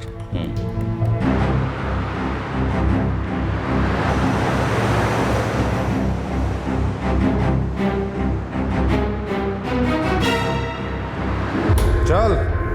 कौन? मैं? हाँ, तू ही, और कौन? क्या साहब, छोड़ रहे हो क्या? नहीं, धुलाई करनी है तेरी। अबे चल। संजय को किसका नंबर दिया था? किससे बात करने के लिए बोला था? कपिल नारायण साहब। कौन कपिल नारायण? साहब वो छोटा मोटा सुपारी लेता है साहब। कोई फालतू स्टोरी मत बनाना वरना तेरे दांत तोड़ दूंगा।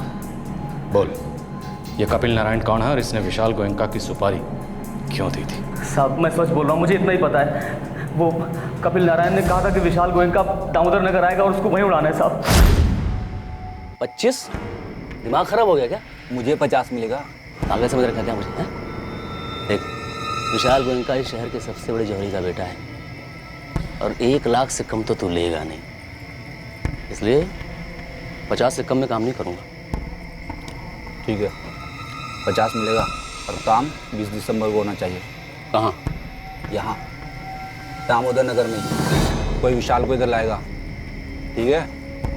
काम होने से पहले 25 सुबह मैं तुझे देगा, बाकी काम होने के बाद 25। और कट्टा? कट्टा कौन देगा? देखो कट्टे का इंतजाम तुम्हें करना पड़ेगा, मैं झमेले में पड़ने वाला नहीं हूँ। ठीक है। बस साहब, इतनी ही बात हुई थी साहब। मुझे नहीं पता कि विशाल गोयनका को उधर कौन लाने वाला था साहब। मेरी तो हाजिरी थी, कोई चोरी वोरी हुई थी, उस चक्कर में मुझे अंदर कर दिया। मैं तब से अंदर ही हूँ साहब। सर कपिल नारायण दामोदर नगर का हिस्ट्री शीटर है, उसका फोन भी स्विच ऑफ दिखा रहा है। खबरें लगाओ उसके पीछे, पता करो कट्टा कहाँ से मिला, ड्रग कहाँ से मिली। दामोदर नगर पुलिस का विशाल गोयनका के पास से ड्रग मिली थी, किसने तो सप्लाई की होगी। Yes sir. सिंह, विशाल गोयनका एक रेगुलर ड्रगी था, तो फिर वो दामोदर नगर क्यों गया? हो सकता है उसे कोई जान पहचान वाला वहां पर लेकर गया और जानबूझ कर लेकर गया।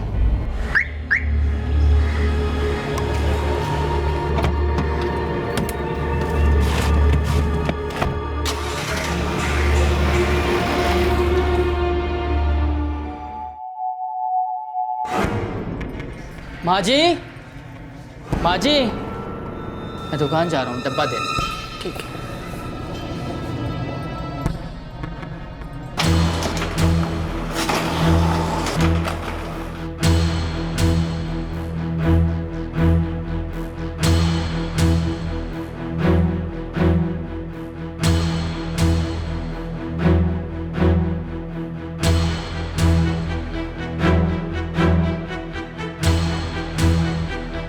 अमरनाथ गोयनका, सुमित्रा गोयनका और वीरेन गोयनका, तीनों के फोन रिकॉर्ड से ऐसा कुछ नहीं मिला जिस पे जरा सा भी शक हो। कोई ऐसी बात, कोई ऐसा कॉल नहीं है जिस पे उंगली उठ सके। विशाल गोयनका की पत्नी भावना, उसके फोन रिकॉर्ड से भी कुछ नहीं मिला।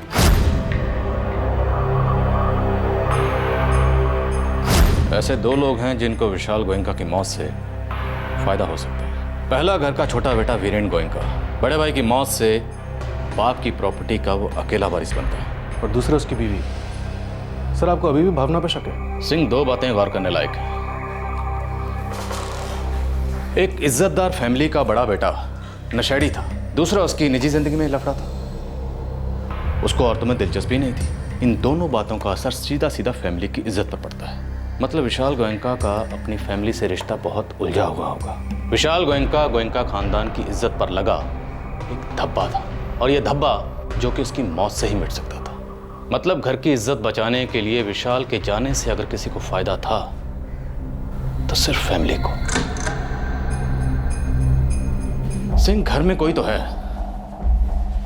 जो बहुत कुछ जानता है या फिर सब कुछ जानता है और छुपा रहा है। मुझे सचमुच पता नहीं था मेरा बेटा कहाँ जा रहा है। काश मैं उसे उगलवा सकती। अगर मुझे पता होता कि ऐसा होना है तो मैं मेरे बच्चे को कभी जाने नहीं देती। आपका बेटा मौत के मुंह में खुद नहीं गया, कोई लेकर गया उसे। यह खून एक साजिश है। आपके बेटे की सुपारी दी गई। सुपारी समझती हैं आप? किसी पेशेवर मुजरिम को पैसे देकर आपके बेटे को मरवाया गया है। इसलिए अगर आप कोई ऐसा सच जानती हैं जो हमसे छुपाया जा रहा है तो प्लीज बताइए। मैं सच कह रही हूँ, मुझे कुछ नहीं पता। जितना जानती थी उतना सब बता दिया है आपको।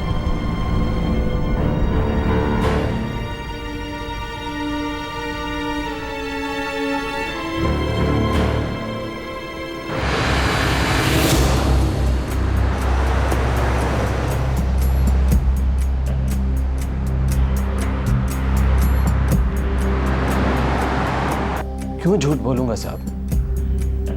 27 साल से सेठ जी के साथ काम कर रहा हूं, उन्हीं का नमक खाया है। उनके बड़े बेटे विशाल जी कई बार मुझसे पैसे ले जा चुके हैं, वीरेन भी लेता रहता है। बच्चे थे तब से देखा उन्हें साहब, अंकल कहते हैं मुझे। गोवर्धन जी, इसका मतलब यह है कि आप गोयनका परिवार के फैमिली मेंबर की तरह हैं। जी। अब ये बताइए कि विशाल गोयनका के मरने से सबसे ज्यादा फायदा किसको हुआ होगा? गोवर्धन जी, गोवर्धन जी, सवाल तो समझ में आया ना? बड़ा अच्छा परिवार है साहब, इज्जत वाले लोग हैं। उनमें से कोई भी ऐसा काम क्यों करेगा साहब?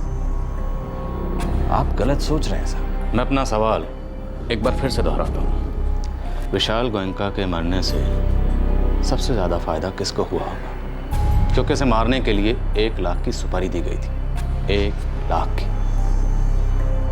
अब कोई किसी को मारने के लिए ऐसी तो सुपारी नहीं देगा। और उस दिन विशाल ने आपसे 2 लाख रुपए लिए थे किसी को देने के लिए, सही बोला? जिस दिन वो दुकान से आपसे 2 लाख रुपए लेकर गया उसी दिन वो मारा गया। अब जिसने उससे रुपए लेने होंगे वो तो उसे मरवाएगा नहीं, क्योंकि उसके पैसे डूब जाएंगे। अब 2 पॉसिबिलिटीज है, या तो विशाल गोयनका को किसी फैमिली मेंबर ने मारा, या फिर उनकी फैमिली के किसी दुश्मन ने। अब ये दुश्मनी वाला एंगल हम अच्छी तरह से जान चुके हैं, और हमारी जानकारी के मुताबिक अमरनाथ गोयनका का बिजनेस में कोई दुश्मन नहीं था, या कम से कम इतना बड़ा दुश्मन तो कोई नहीं था जो उनके बेटे को जान से ही मरवा दे, क्योंकि उनके नशेड़ी बेटे को तो बिजनेस में कोई इंटरेस्ट ही नहीं था। तो मैं अपना सवाल एक बार फिर से दोहराता हूँ, विशाल गोयनका को मरवा कर सबसे ज़्यादा फायदा किसको हुआ होगा? साहब दोनों भाई एक दूसरे से कम ही बात किया करते थे। ये भाई भाई की बात छोड़, सच बता, विशाल गोयनका को किसने मारा? साहब मैं तो गरीब आदमी हूँ, नौकर हूँ, मेरे को कुछ नहीं मालूम साहब। भाई भाई कम बात करते थे तो क्या भाई भाई एक दूसरे के दुश्मन थे? एक भाई ने दूसरे भाई को मरवा डाला? नहीं साहब, ये नहीं हो सकता। सच्ची मेरे को कुछ नहीं मालूम साहब। विशाल गोयनका को उसकी बीवी भावना ने मरवाया? नहीं पता साहब, उनकी बीवी को उन्हें छोड़े तो 3 साल हो गए। तू उस घर में 8 साल से नौकर है, कहीं कोने में कुछ जलता होगा तो उसकी बू तो तेरे नाक में भी आती होगी ना। विशाल भैया को लेकर के घर के सारे लोग परेशान थे। उनकी बीवी भी उनसे बहुत नाराज थी, क्योंकि इन लोगों ने शादी के पहले उसे कुछ भी नहीं बताया था। हाथ जोड़ता हूँ बहू मैं तुम्हारे, मत जाओ इस घर को छोड़कर। हम दुनिया को क्या कहेंगे? और मैं अपने परिवार से क्या कहूंगी? ये सोचा आपने? ये भी तो नहीं कह सकती ना कि विशाल को औरतों से। क्या करूं मैं यहाँ रहकर बाबूजी? आपका बेटा आपसे सच्चा है, कहता है कि आप लोगों के कहने पर उसने शादी की है, और आप दोनों सब कुछ जानते हुए भी ये रिश्ता करवाया आपने। नहीं बेटा, हम नहीं जानते थे विशाल में ऐसा भी ऐब है। हम तो बस उसके नशे के बारे में जानते थे। वो भी तो छिपाया आपने मुझसे, मेरे परिवार से। बेटा हमें ये उम्मीद थी कि शादी के बाद में सब कुछ ठीक हो जाएगा, और आपकी इस उम्मीद में मैं सूली चढ़ गई बाबूजी। आपने ये भी नहीं सोचा कि मेरी जिंदगी का क्या होगा। सॉरी बाबूजी, मैं आप लोगों का दिल नहीं दुखाना चाहती, लेकिन मुझे लगता है कि आप दोनों ने मेरे साथ धोखा किया। मुझे गुस्सा उन पर नहीं, गुस्सा मुझे आप पर आता है। सबसे बड़े गुनहगार आप हैं। सब कुछ जानते हुए भी आपने मुझे शादी के बंधन में बांधा। उन्हें तो माफ कर सकती हूँ, पर आप लोगों को कभी माफ नहीं कर पाऊंगी। मैं यहां से जा रही हूँ, और ये मेरा आखिरी फैसला है।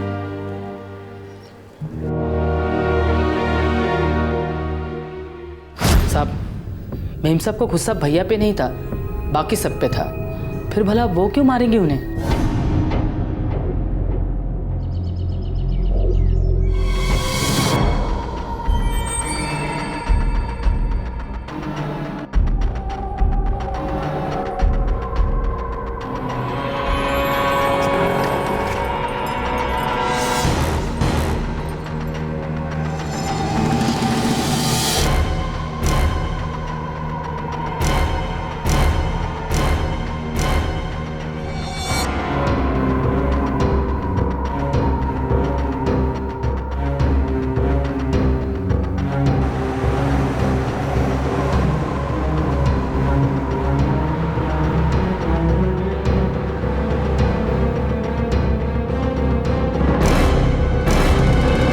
आप लोगों का दिमाग ठिकाना है? आप लोग मेरी बीवी से, मेरे नौकर से, मेरे मैनेजर से पूछताछ कर रहे हैं। सर हम अपना काम कर रहे हैं, हम हर उस आदमी से पूछताछ करेंगे जो आपके बेटे, सुना आपने, जो आपके बेटे के बारे में इतनी सी भी बात जानता है जिससे हमें यह पता चले कि उसका कत्ल क्यों हुआ और कैसे हुआ। आप लोग मेरी और मेरे परिवार की इज्जत की धज्जियां उड़ा रहे हैं। सर हम अपनी ड्यूटी कर रहे हैं। आपके बेटे का खून हुआ है और उसके खूनी को ढूंढना हमारा फर्ज है। तो जाइए ढूंढिए खूनी को, मेरे परिवार की इज्जत पे कीचड़ मत उछालिए। अमरनाथ जी, हम आपके परिवार की इज्जत पर कीचड़ कैसे उछाल सकते हैं? हमें तो ये भी पता नहीं कि आपको अपने परिवार पर किस कीचड़ के लगने का इतना डर है। सोचिए, विशाल आपका बेटा था, वो जैसा भी था, वो सिर्फ अपनी जिंदगी बर्बाद कर रहा था, वो सिर्फ अपनी लाइफ के साथ खेल रहा था। वो जो कर रहा था उसका असर उस पर या आपके परिवार की इज्जत पर पड़ रहा था। फिर उसका खून क्यों हुआ? अब ये काम या तो उसकी बीवी कर सकती है या फिर किसी ने घर की इज्जत बचाने के लिए किया, या फिर किसी को उस पर इतना गुस्सा आया कि उसने उसे जान से मार दिया। खून की वजह मुझे पता हो या ना हो, लेकिन इतना समझ चुका हूं कि खून का मकसद बाहर नहीं बल्कि घर के अंदर ही है। आपके बेटे विशाल के कत्ल के पीछे आपके घर के किसी सदस्य का ही हाथ है।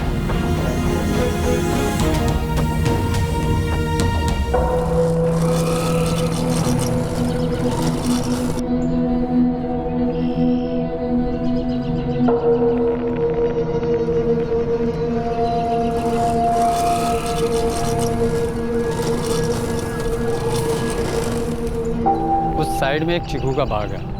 हाँ तो क्या है उधर? उधर एक खंडहर है। अबे सीधे सीधे पॉइंट पे आना।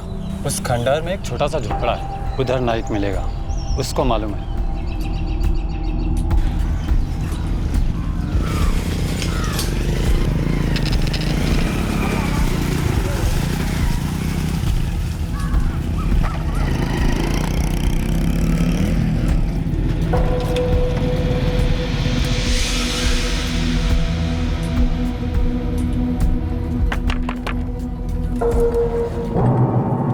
नायक, देख बे, अपने को किसी फालतू लफड़े में नहीं पड़ने का है। तेरा नाम नहीं आएगा। पुलिस सिर्फ पार्टी का नाम जानना चाहती है जिसने सुपारी दी थी। और हाँ, मैं जानता है कि कट्टा कपिल नारायण ने खरीदा था। और ड्रग्स किसने खरीदी थी? जो दामोदर नगर में विशाल गोयनका को मारने से पहले उसे दी गई। मरवाना क्यों चाहते थे मालूम नहीं, और वैसे ही उससे अपना कोई लेना देना नहीं है। ड्रग्स किसने खरीदी थी? प्रकाश, उनके घर का नौकर।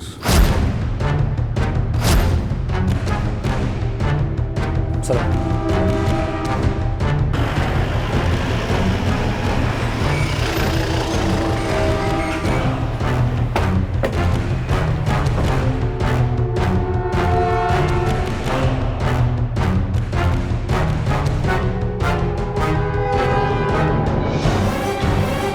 क्या हुआ गोवर्धन अंकल?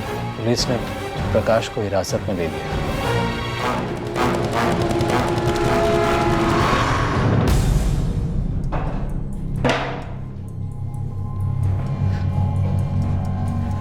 इतना आइडिया तो था कि घर का कोई मेंबर ही इसमें शामिल होगा, पर घर का सबसे वफादार नौकर इसमें शामिल होगा यह नहीं पता था। चल, अब ज्यादा नाटक मत करना और झूठ बोलने की कोशिश मत करना, क्योंकि तेरे सेल रिकॉर्ड्स हमारे पास हैं।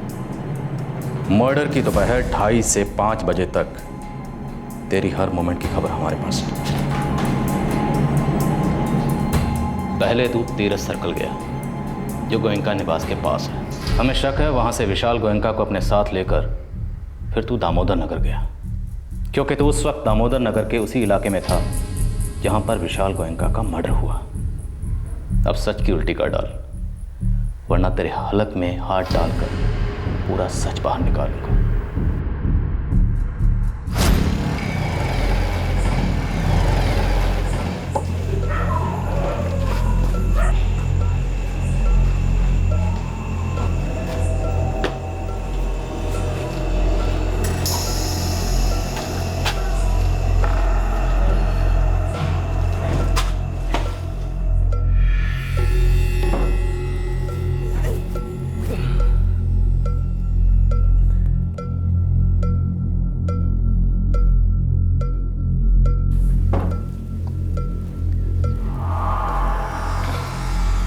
विशाल भैया,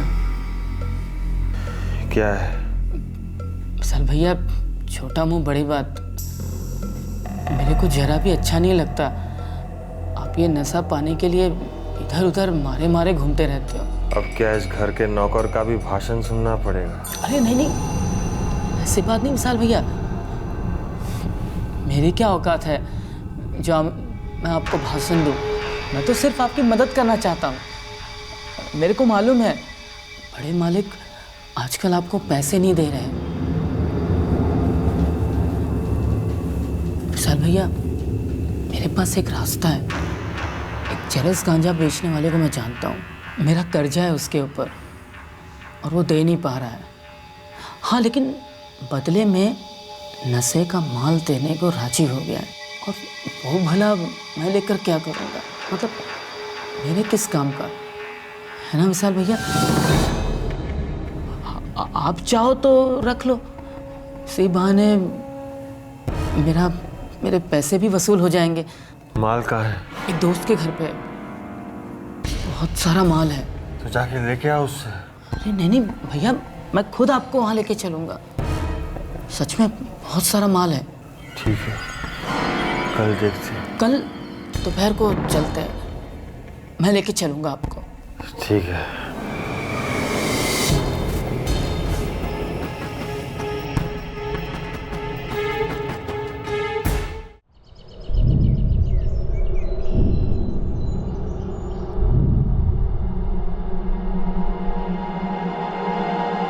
प्रकाश तो 7 बजे तक आ जाएगा ना? हाँ माँ जी, बस घंटे 2 घंटे का काम है, निपटा के आ जाऊंगा। आप चिंता मत करो। और रात का खाना? आ जाऊंगा, तब तक आकर बना लूंगा। माँ जी आप बिल्कुल ही चिंता मत करो, ठीक है? ठीक है। विशाल भैया मैं तीरथ चौक पे आपका राह देखता हूँ। जल्दी आ जाना। और हाँ, मोबाइल वोबाइल मत लाना। विशाल भैया माँ जी को भी कुछ मत बताना। अगर माँ जी को पता चल गया कि मैंने ही माल दिलवाया है, मेरी तो छुट्टी ही समझो। मैं चलता हूँ विशाल भैया, आ जाइएगा।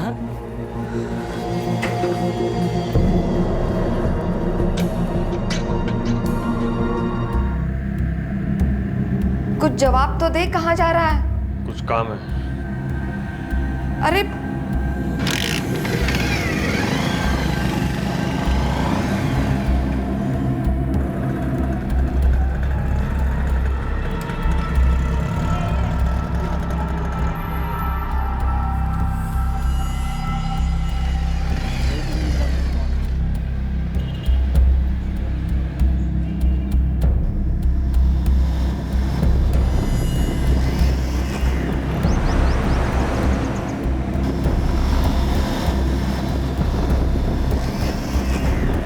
विशाल भैया, ये मेरा जिगरी दोस्त कपिल भाई, आपको बताया था रात को। माल का है?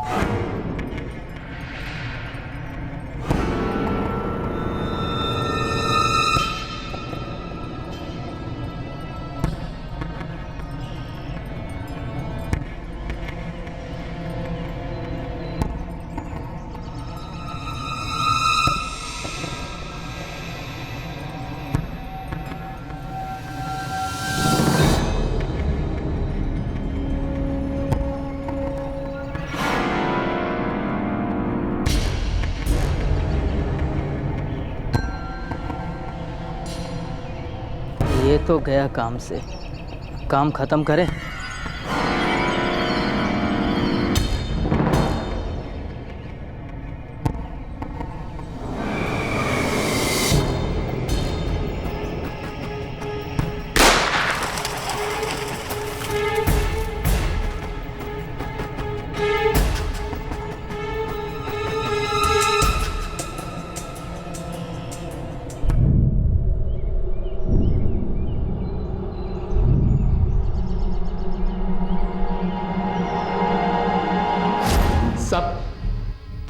कपिल को मैं पहले से ही जानता था। हम दोनों सुपारी नक्की नहीं कर पाए तो हम दोनों सोचा ये काम हम ही कर डालते। तेरे फोन रिकॉर्ड्स के हिसाब से तू 1:15 बजे तीरथ चौक गया, फिर वहां से दामोदर नगर गया। गोयनका निवास से गांधी चौक की दुकान का फासला 20 मिनट का, सिर्फ 20 मिनट। अब ये बता, विशाल गोयनका दुकान पर कब आया, उसने रुपए कब उठाए, और वो रुपए कहाँ हैं वो 2 लाख रुपए? सब विशाल भैया तो रुपए लेने गए ही नहीं, उनके पास तो रुपए थे ही नहीं। फिर गोवर्धन ने क्यों कहा कि विशाल रुपए लेने आया था? ये काम उन्होंने ही करवाया है।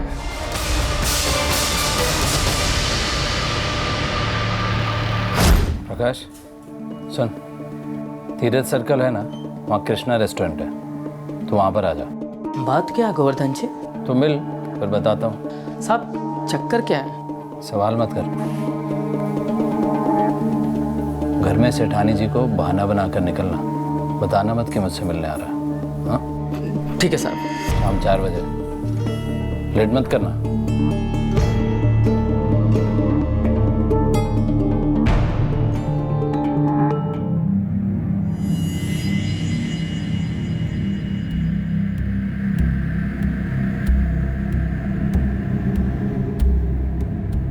प्रकाश, तू किसी ऐसे आदमी को जानता है जो पैसे लेकर किसी की जान ले सके?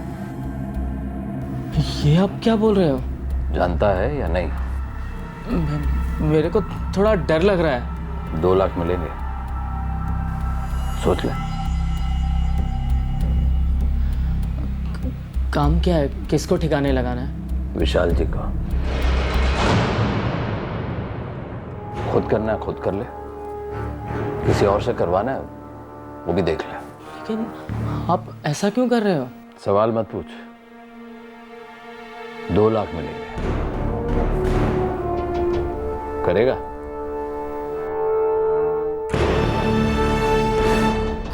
साहब मेरे को काटो तो खून ना निकले, ये हाल था मेरा।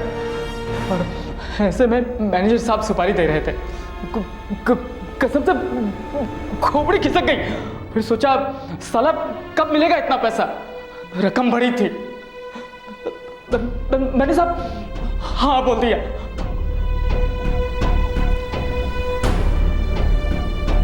गोवर्धन विशाल को क्यों मरवाना चाहता था? वो तो मेरे को नहीं मालूम, मैंने उसे पूछा भी था, पर उन्होंने कुछ नहीं बताया।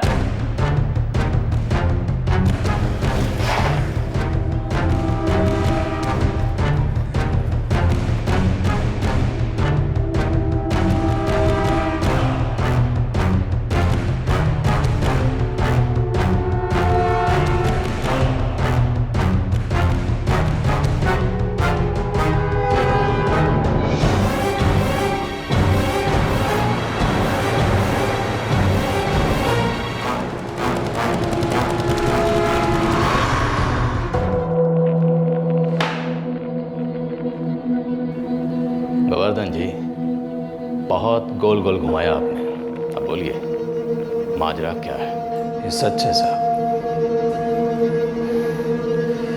विशाल जी को मैंने ही मरवाया। यही सच है साहब। क्यों? विशाल जी मरने ही वाले थे, आज नहीं तो कल। उनके जीने का किसी को क्या फायदा था? और उनकी मौत से किसी को क्या फायदा था? सच बोलिए, क्या वजह थी? यही वजह थी साहब। गोवर्धन जी, आप 27 साल से गोयनका परिवार में नौकर हैं, जानता हूँ। आपकी गोयनका परिवार में बड़ी इज्जत है, मानता हूँ। इसलिए खामोश रहकर अपनी वफादारी का सबूत दे रहे हैं। किसे बचा रहे हैं? विशाल के बाप, माँ या भाई को, या फिर उस पत्नी को जो 3 साल पहले ही विशाल को छोड़कर चली गई थी?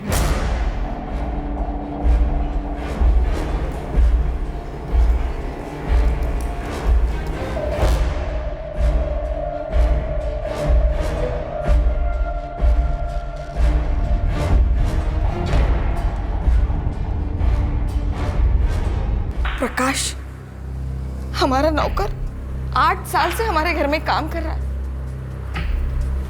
उसने विशाल का खून करवाया। और अब मैनेजर 27 साल से वो हमारे यहाँ है।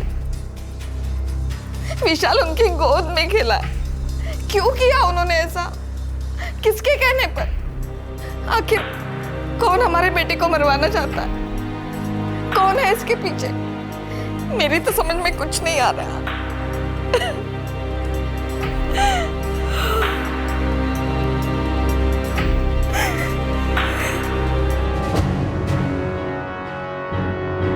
गोवर्धन जी, एक बेकसूर इंसान मारा गया है। मानता हूं उसका जीने का ढंग अलग था, मानता हूं वो कुछ ऐसा कर रहा था जिससे परिवार की इज्जत पर आंच आ रही थी, पर फिर भी किसी को क्या हक है कि उसकी जान ले ले? ये खामोश रह के आप जिस गोयनका परिवार के लिए वफादारी निभा रहे हैं ना, वो विशाल भी उसी गोयनका परिवार का बेटा था। बोलिए, विशाल गोयनका का कातिल कौन है? सर,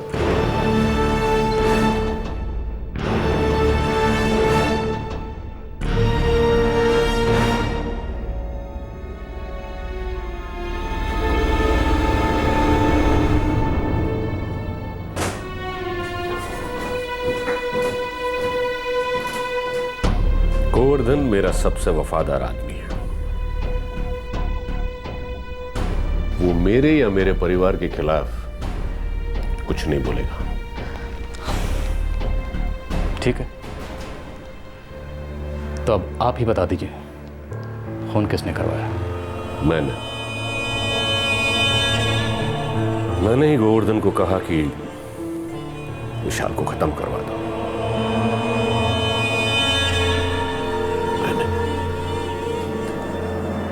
उसके बाप ने ही कहा कि उसे खत्म कर दो।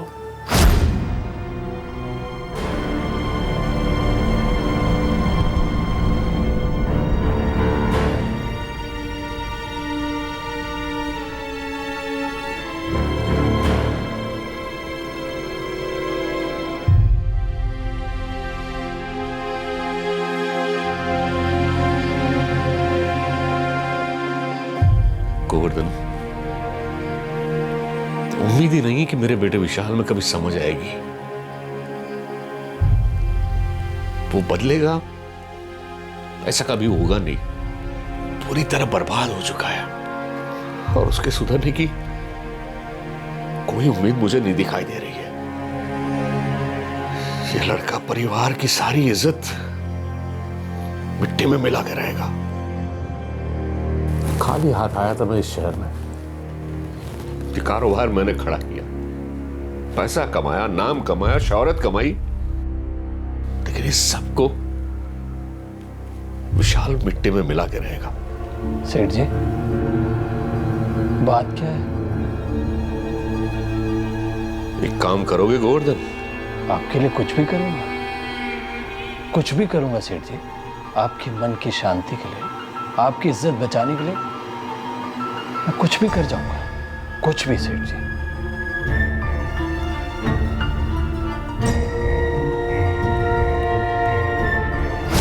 गोवर्धन ने तो वही किया जो मैंने उसे करने कहा। इसमें उसका कोई दोष नहीं है। अगर इसके लिए कोई जिम्मेवार है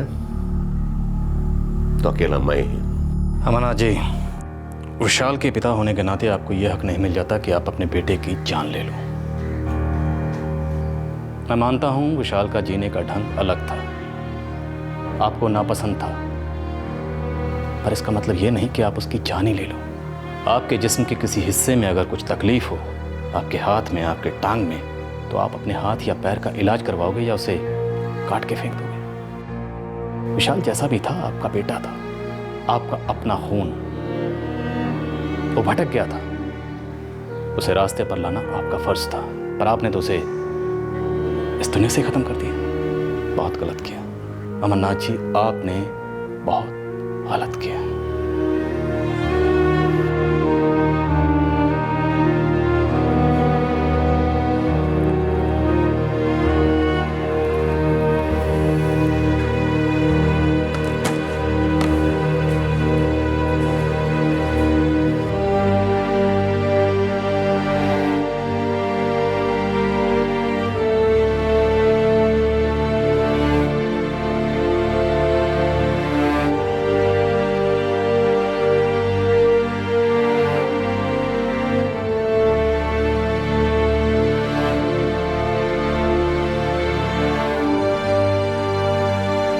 विशाल के पिता अमरनाथ, मैनेजर गोवर्धन और नौकर प्रकाश इन सब को पुलिस ने हिरासत में ले लिया है। केस के रहस्य पर से पर्दा उठ जाने के कुछ ही दिनों बाद पुलिस के हाथ कपिल नारायण भी लगा, जिसे खून की सुपारी दी गई थी।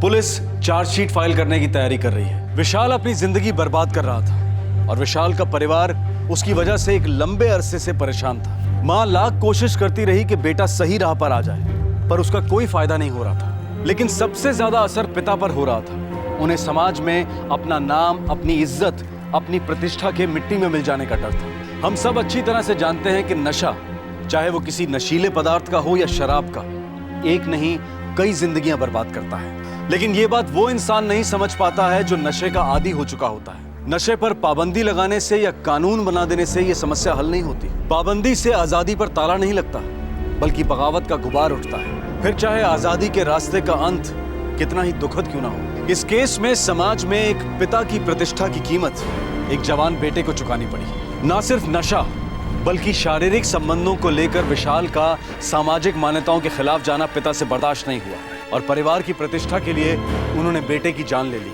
ये ना तो कोई उत्तर था और ना ही किसी समस्या का समाधान। हमें कोई हक नहीं है कि हम किसी इंसान की जान लें, चाहे वो हमारी मान्यताओं, हमारी सोच के दायरे में फिट बैठता हो या नहीं। आपसे फिर मुलाकात होगी क्राइम पेट्रोल दस्तक में एक और नए केस के साथ। तब तक अपना ख्याल रखें, सुरक्षित रहें और याद रखें, अपने आप को किसी भी नशे का गुलाम न बनने दें। जय। क्राइम पेट्रोल के और भी दिलचस्प कहानी देखने के लिए हमारे चैनल को सब्सक्राइब करें और बेल आइकॉन दबाना न भूलें।